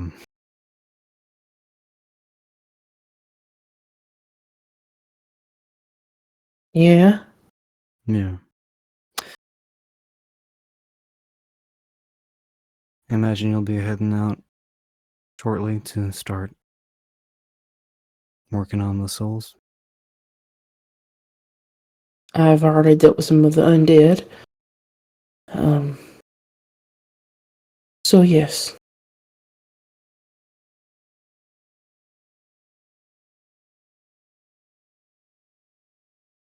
This is the bed we're making.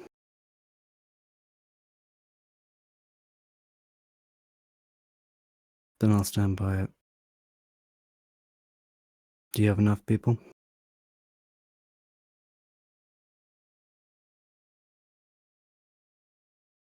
Yeah. And I can be in more than one place at once. I'm actually in a couple places right now. I got it covered. Alright then. I trust Miss Persephone's judgment. Of course. And not to be mean, but you all put her in this situation. So, you get what you get, you don't get upset. I'm sorry. If it ends up being one of y'all, I'll try to be nice. That's all I can offer.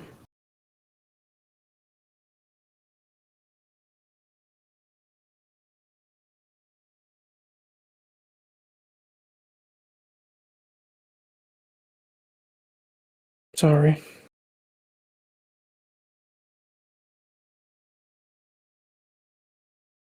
And he'll go away.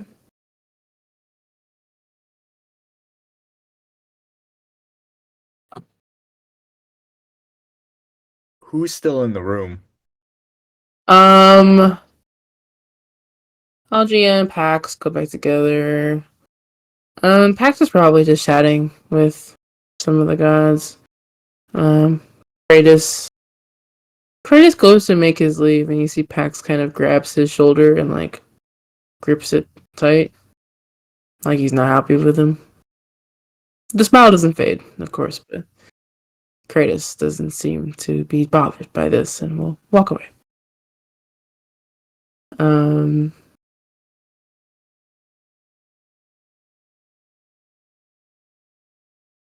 Is Nike still there? Nike's about to leave. About to fly away.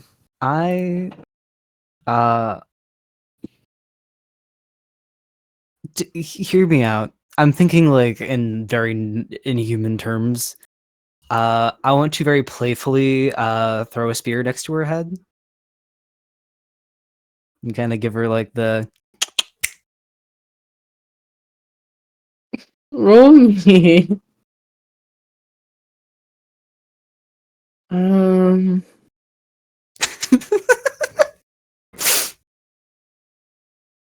Okay.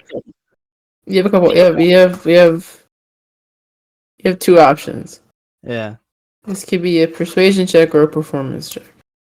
Just to see like how well you could play out this off as like, hey, not like I am enacting violence on you, warrior. Face me in combat. Yeah. All right.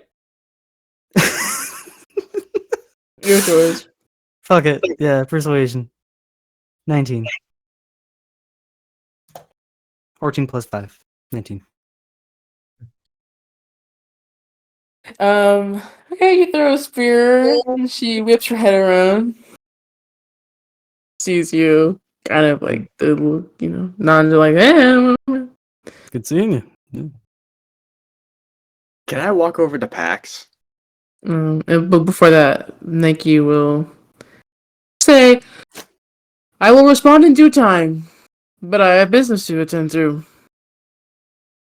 Goodbye, Bye. Grim," and she'll fly away. Oh, she's kind of lame.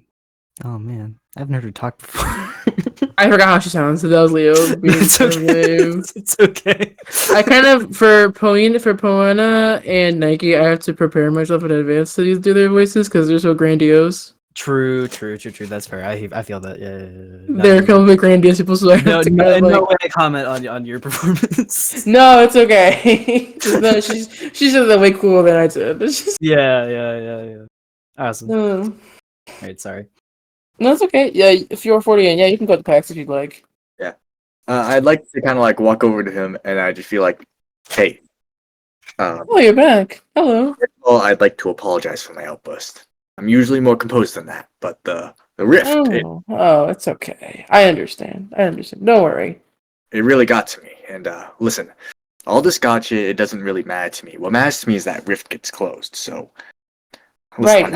Yes. It's also my utmost priority as well.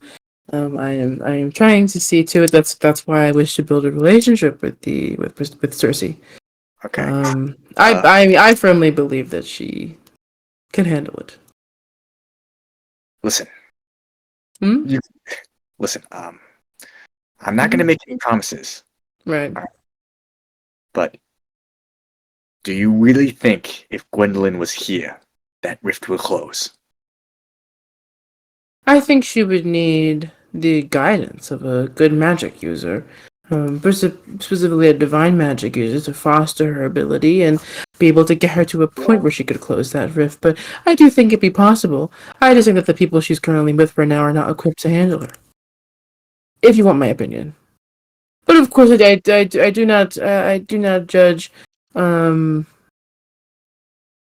Mortals have very specific ways of raising their children that I respect and I think is understandable. I just think that Guinevere does need the guidance of divinity, to help her get to a point where she can feel comfortable. She's 10 and she's trying to find her place in the world. I don't think it's fair to restrict that to just a mortal perspective. I make no promises. Okay? I'm not gonna make any promises to you, but I just wanted that information. Mm-hmm. I feel like can Pax like kind of like see like Fordian's conflict running in his head. I imagine, yeah, he can. So like right now Fordian's like, I really shouldn't, because it's like these guys, like, they saved me. I owe them. That's kind of like, I owe them. They probably know the child better than he does, but it's just like that rift is freaking him the fuck out. I understand your concern, Forty, and I'm glad that we're on the same page about that. I'm glad to know that there are mortals out there that are concerned about this in a way that doesn't necessarily involve international conflict. I know that many people think that it's the doing of Canadians, and while it's good that they're not too worried about it. It can be frustrating sometimes talking with mortals and seeing that they don't take it as seriously as you are. So I really appreciate that. Okay. Listen. You are heard. Don't worry, you are heard. Well, you have a good day, Pax. Of course, you too. So he walks back to the group. Before you get back, Sunny approaches you and puts a hand on your shoulder. Hey. Hi. Don't do that shit ever again. Right. Honestly, I disagree. You shut up. You points at Fordian.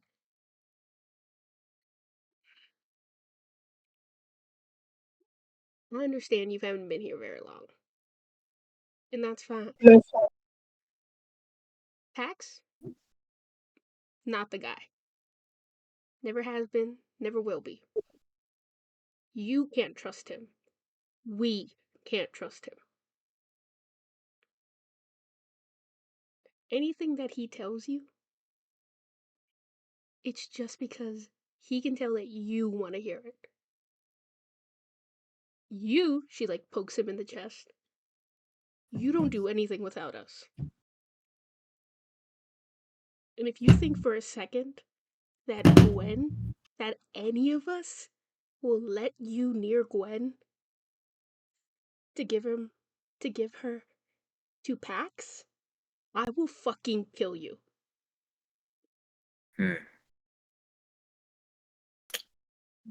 You really don't trust that guy. He killed Castillo. It shows. Forty like looks at Castillo like, you sure? He did worse than kill me, I'm sure. See that guy? I gesture at Anzo. He's Gwen's guardian. Not you, not Pax, not any of us. If anybody gets to decide what Gwen does or how to guide her, it's him. Nobody else. I just wanted to meet him in person. I just wanted to see him face to face.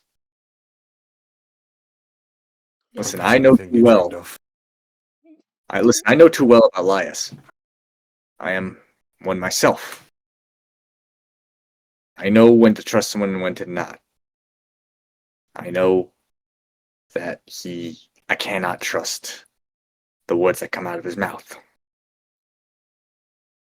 But you have to promise me that somehow, some way we can handle that rift.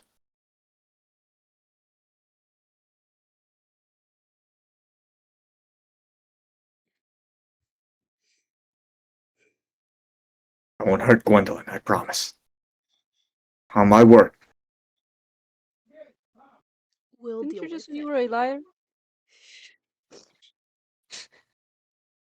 We're I'm all just saying, he liars. kind of raises his hands. Oh, he's good. He's good. Trust. Look. You can explain to us exactly what's going on with that rift later.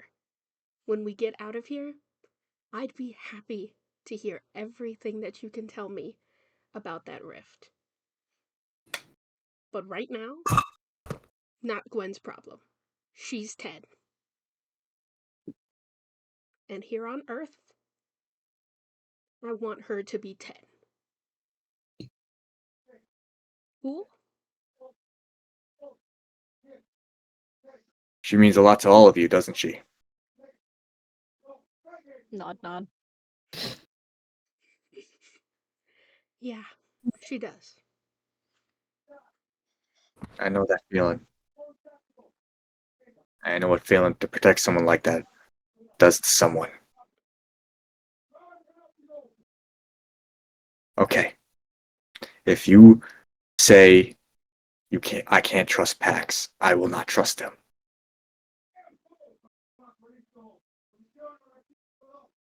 To be honest, I know you more than I know him.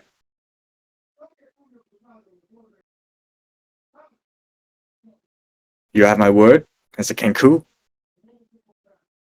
as a citizen of Refletti, and as a friend. Hope that means something. She'll pat him on the back and we'll kind of gesture for them to all get back together. I know. Yeah, I'm really sorry for almost undermining you there. I thought you were going a very different direction with what you were about to say. That's so my bad. I'm so sorry. It's okay. When you guys go up back together, you see Dolus is like so happy about how that went, and he's like, "Thank you guys so much for the entertainment. That was amazing. First of all, oh my god, I'm gonna be raving about that forever. I think actually. And I appreciate you helping me with the reveal. Of course, do not worry about it. I got you covered. If you ever want to do a big reveal like that ever again, trust me, I will coordinate that with you. I love those. Oh, you see all the shocked faces? I know. Oh my god, you should have seen the way that Pax was gripping his jacket. Oh my gosh, I thought we were gonna see that cleaver for the first time. What about? Couldn't have done here without you, man. Appreciate it. Of course, I love doing a little bit of a little haha, Man. But to be clear, I was never going to say yes to Pax's proposal. It was a bad one, to be first and foremost, but also, I don't know. I've never been in the business of ratting people out. So,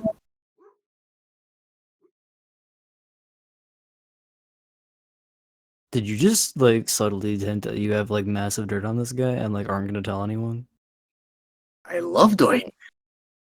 maybe I do, maybe I don't. Alright, if you're not gonna tell us, that's fine.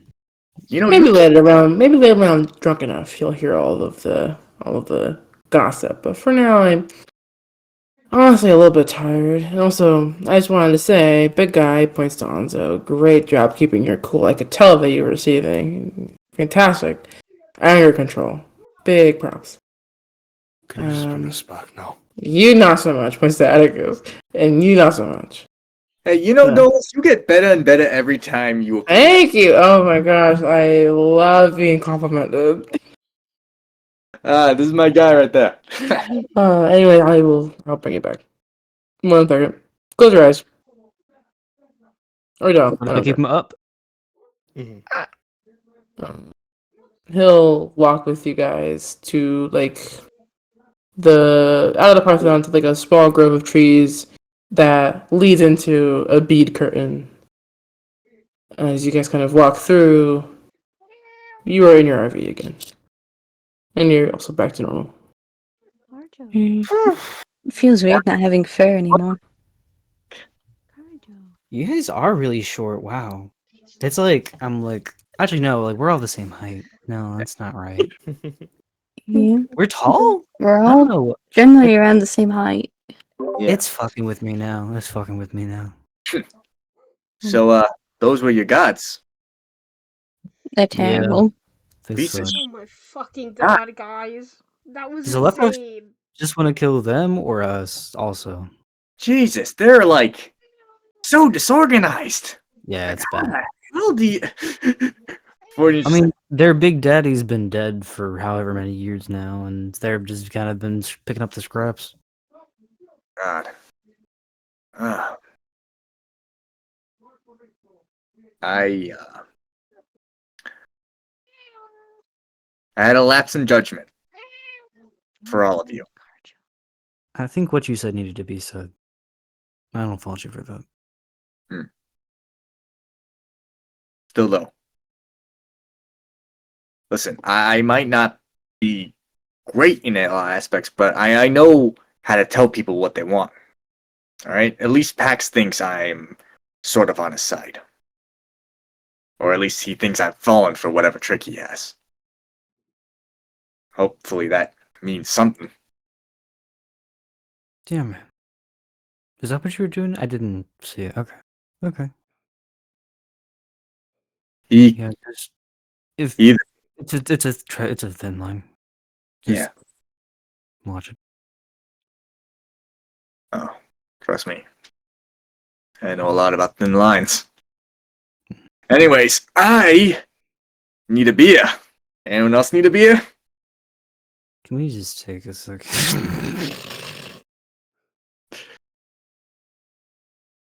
There is beer in the RV if you want it.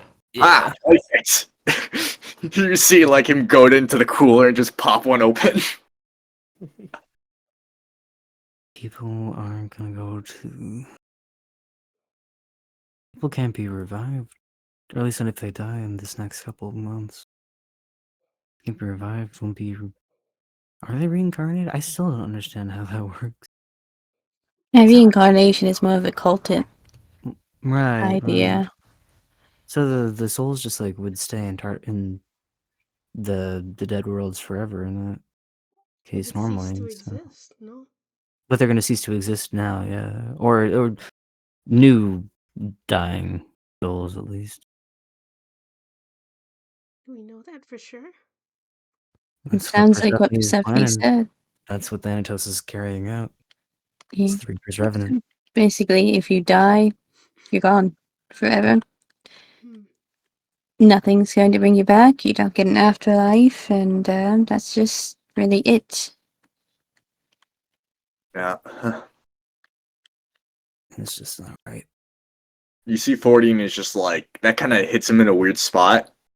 Not like in like physical, but like emotionally, you just see that kind of hits him. Yeah.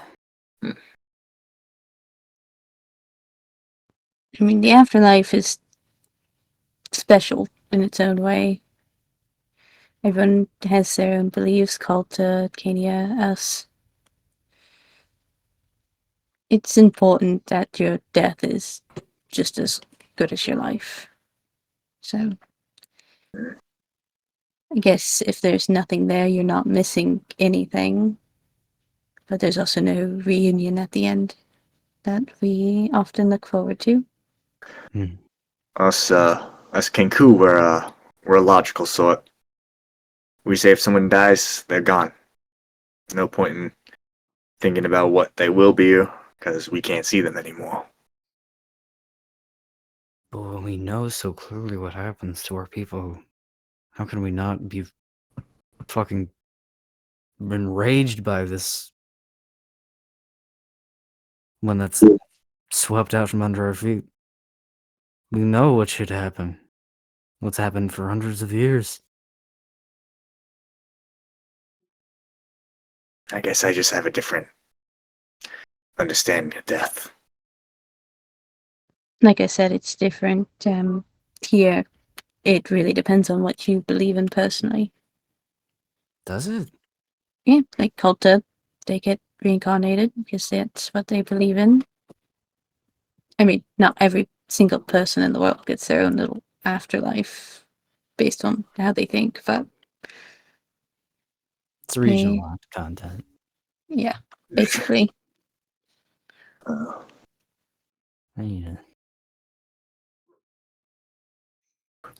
Yeah. so what we got like What 2 are you months? gonna do? Yeah, What she are you said 2 gonna or 3 do, months. Atticus? Yeah. Do you want to become the god of death?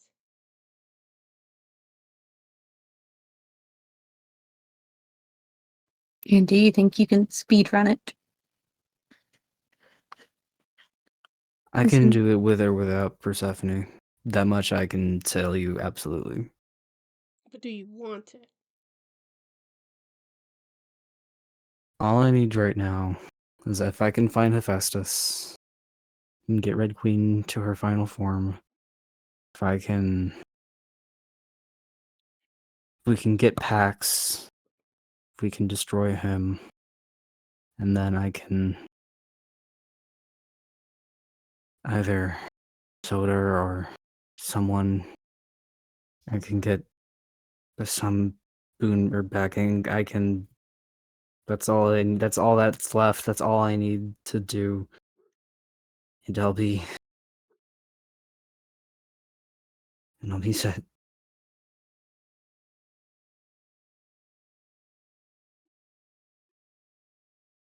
The kid.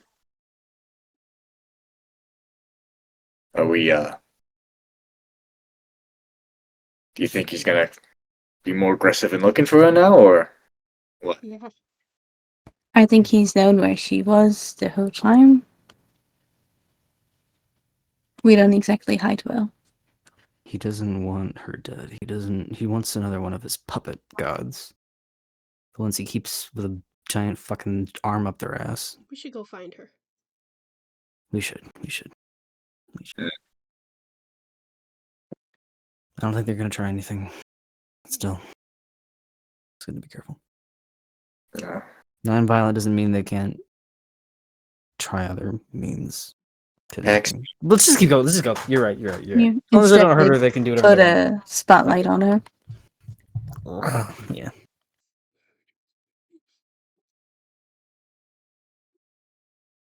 We go look for Gwen.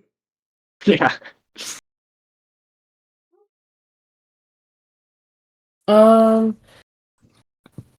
Yeah. You go look around for Gwen. Where did you put the note?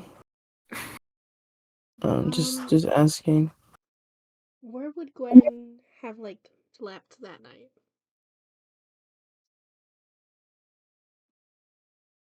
It's a great question. Probably. I mean, if someone got her own room, she would have slept in that. Yeah, so that. Okay. By herself. No, just kidding. I would have put it like near there somewhere. So that when she like got ready, she'd be able to see it.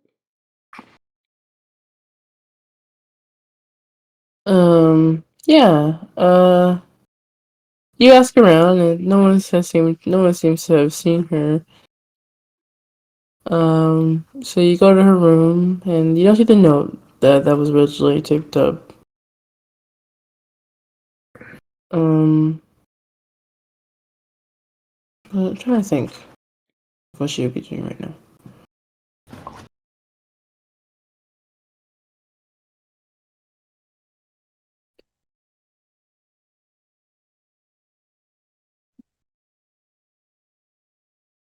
Here, I'll do this. You open the door, and I would say she's taking a nap. Like she has the note. She's moved the note onto her nightstand. She has her sketchbook all closed, and she's kind of taking a nap. Oh my god, that's so fucking nice. To think someone who can do so much be so young.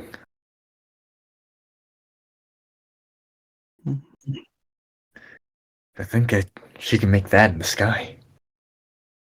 It wasn't just. You're acting a little bit on the mic. Oh, sorry. Oscar! Okay. Where's the place? Whoops. He's dead. Good. Oh, okay.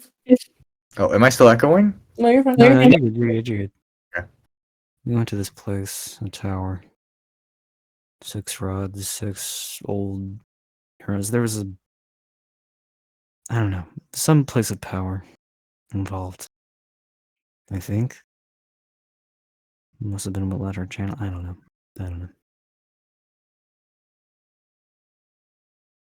I'll like elbow Anzo a little bit to see if he wants to wake her up.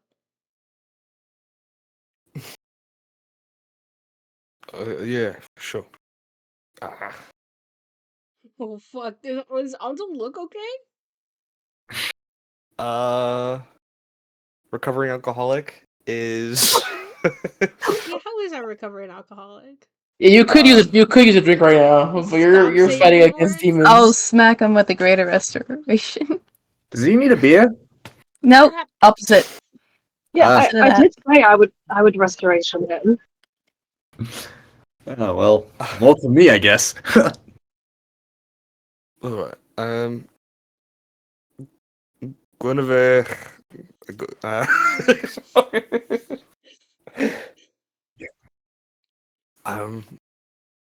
Like, crush on a bit, like, grab her shoulder. Yeah, it's very shaky a little bit. She eventually kind of groggily wakes up, turns over, and she's like, oh, I'm tired. Yeah, I know. It's wake up time. You came back. Yeah, right away. Are you mad at me? Nope. No, I'm not mad at you. Okay.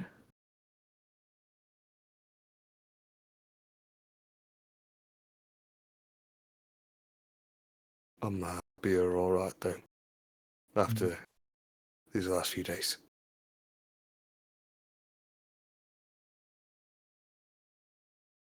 I go up to Atticus and I just tell him, listen to me.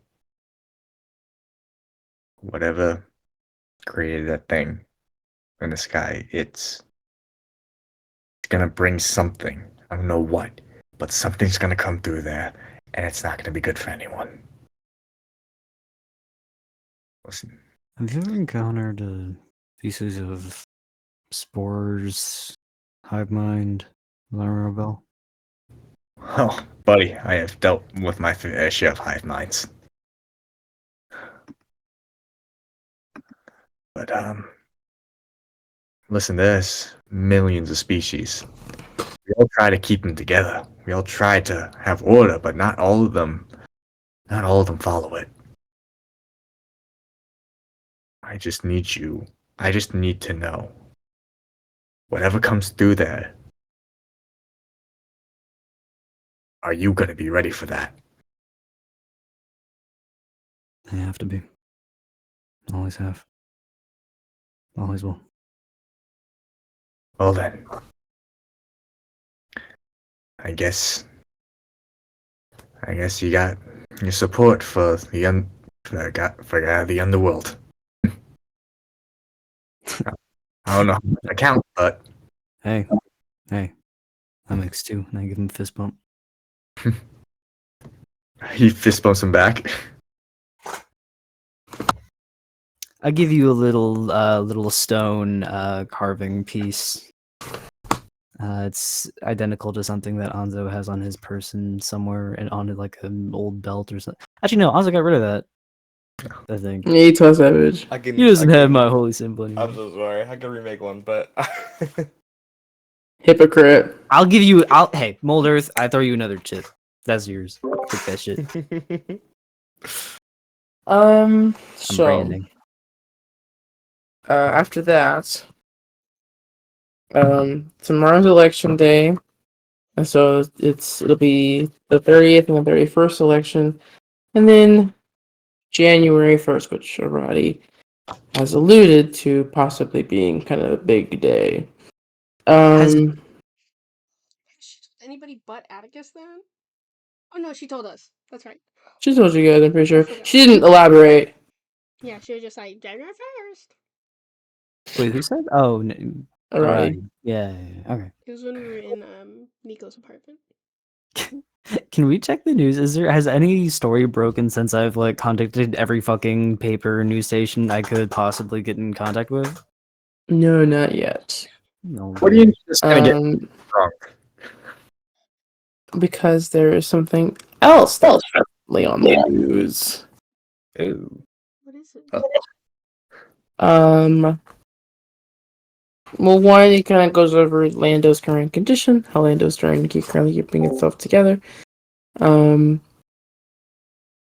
talks about a small epidemic in Statsford that seems to be under control, with folks, being sick, and it kind of sounds similar to the zombie problem that Persephone was talking about.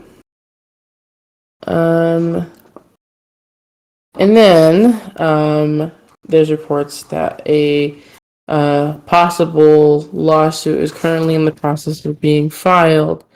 Pauline Red's team v. Jada Amber Scott, although the details of that are not super clear yet. But election day will proceed as normal. Wait, sorry. What is the case? It involves her. She's like the defendant in this situation. Sorry. Pauline Red is making a case against Jada Amber Scott, but the details are not out as of the 29th. Interesting. That is a bold fucking move from a political opponent to try that shit. Actually, that's kind of insane. One day before election day, though. Yeah. I What don't the know. fuck, I girl? don't know. I'm about to. Next time, I'm fucking calling. I'm calling Jada. I gotta find out. Like, hey, your super soldiers are gone, man. You just want to do this like war thing? Like, we good? We done? You still want to do this war thing? Is crazy. Yeah. I mean, is there anything? You know what? Sorry. Go ahead. I was gonna say I was gonna just go over the 30th and 31st because it's just partying and elections, and something does happen on the 31st. But if you guys have anything that you wanted to do, I don't want to like start. I don't want to like skip over your stuff. Yeah. I think I can't assassinate Jada at this point. She can't die for one, and I don't think Well, I mean, she could killing her is now. a good solution. That is true, actually. You do make an interesting point, but In fact, she would die forever. Oh, I get scared. Oh no! Then why did you tell me that? Oh, fuck. Well, do you want to hear my thingy and then go from there? Sure. Okay. Everybody else, anything? Oh, I'm just getting pissed drunk. Oh yeah, maybe. For the next couple days, you're just getting drunk. Yeah, no. Hey, Ghost Creek is partying like we're Anzo. You are struggling to stay sober. Everyone in this town is drunk. Is there moonshine? Oh, you know it, baby. Oh, like if anyone like catches him, he's just like with a bunch of hillbillies. You see 40 inches like in his normal like bird, and he's just downing moonshine with them. Well, you're a funny looking Aarakocra, buddy. Ah. You're a Kokra. Woo! I gotta say, this shit rocks you. Oh, yeah. Yeah, you people are all right. Over the course of the next 2 days, we get into the election, and the election results. We're getting periodic updates through the radio. It seems like, surprisingly, it's a little closer than expected. Jada Amberscott is in the lead for much of it. But Jada Amberscott is in the lead for all of it. However, neither party has made any kind of statements, and it seems like the kind of private parties that politicians would usually have to watch the results unfold are not happening. And that is when, on the 31st, the news breaks out with a story. Pauline Red has obtained evidence to a couple of Jada's wrongdoings, and believes that Jada Amberscott has run on a lie. That lie being that Pauline Red not only has the case is founded on one thing. It's not necessarily the crimes that Atticus brought forth with the journalists. The case is actually about something much more mundane. Jada Amberscott's birth certificate is not certified in Duhara. No. Did Pauline just hit her with the fucking like Obama is Kenyan thing? Sorry, that is a as stupid, we comparison. turn the clock. That was crazy, David. I'm sorry. As we turn the clock towards January 1st, as the timeline tries to set the course straight in a way that is the least invasive. Pauline Red has made the case about Jada Amberscott's legality as a born Duharan citizen. After all, in order to run for Duharan president, you must have been born in Duhara. Pauline Red believes that Jada Amberscott was born in Sidra. That is the base of the case. The case is compounded by recent some journalist, Sebastian Gibb of the Zarif Times, has released a article detailing that Jada Amberscott took a great effort in order to undermine Duharan democracy, primarily through her use of kind of underhanded tactics and communicating with political officials who were willing to share confidential information. He makes no mention of NXT's articles. You're not super certain what he'll do with that. But it does seem that he makes the claim and kind of releases this around the same time that Pauline Red's case comes out about Jada.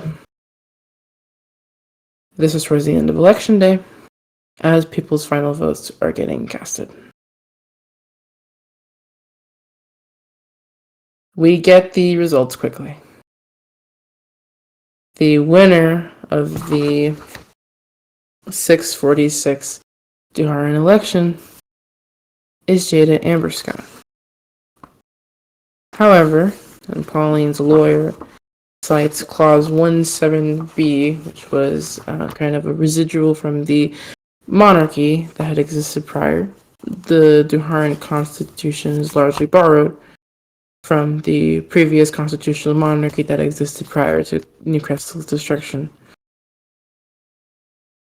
That because of Jada's questionable legal status, as well as some of her other possible felonies, Jada Amberscott cannot technically accept a victory.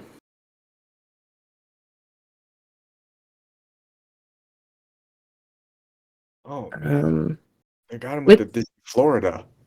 With this, the government is kind of thrown into a frenzy between, do we accept the results as we got him and let Jada continue on as president until a court case that may take months says otherwise? Or do we do something else? Do we extend the current presidency? What do we do? Especially with peace talks coming in mid-January, there is discussion about what to do. And then it is the new year. January 1st, 646. Post-Great War, or PGW. 645 had plenty to offer. Radio was more popular than ever before. The Darling Bastards' first LP, Meet the Darlings, sold over 1 million units when other blockbuster albums struggled to make as much. The East Coast experienced not one but two major storms within the span of 2 months. Atticus Grimm lost his arm. Jada Amberscott broke the record for largest spike in popularity. Kenya made huge strides in space exploration with the launch of not one but two satellites, successful satellites. Anzo Beowulf killed his father.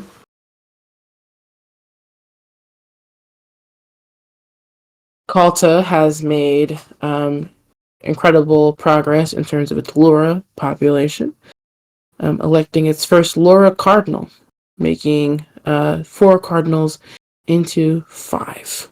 A political decision once thought impossible due to Calta's very, very airtight constitution. Jude Sonny Reed destroyed NXT. We saw the rising tensions between Duhara and Kenya. We watched them hit their peak. We watched them slowly fizzle. Pick up again with the sudden rift in the sky, the unknown rift in the sky that people stare at every night, unsure of what it is or what it will bring.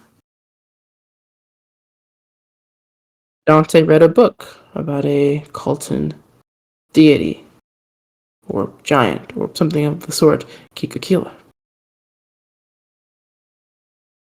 The Darling Bastards lead singer Castillo Ezio took a break, but despite his absence, the Darling Bastards themselves did better than ever. With Virtue, a lead singer and guitarist herself, with the assistance of a new guitarist, the young and spontaneous Blue, has launched a possible solo career featuring releasing 2 songs in a small EP. That EP sold some of the most units for a single singer in an era where that is mostly comprised of bands. Cecil lost his daughter.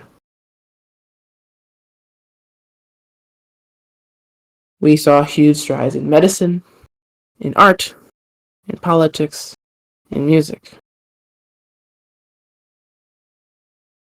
And at the end of it all, when it came time to tell the people of Duhar and in turn the world who they would pick to be their president,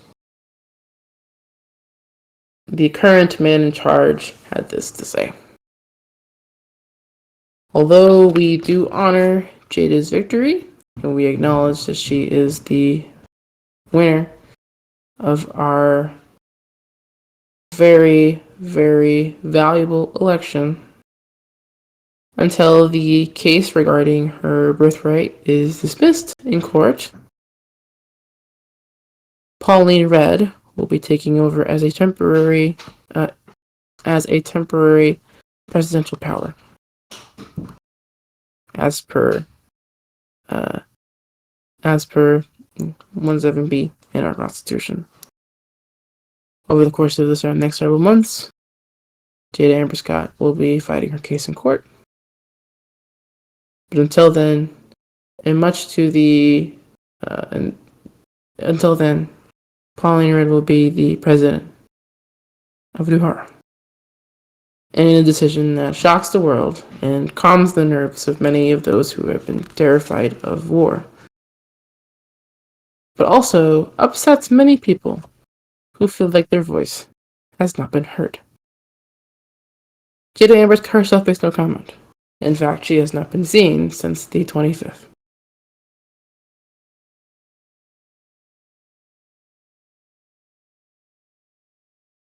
No one knows where she is. And when January 2nd rolls around and it comes time for her to make her first appearance to the public to talk about the case and what she plans to do, Jada Amber Scott does not show up.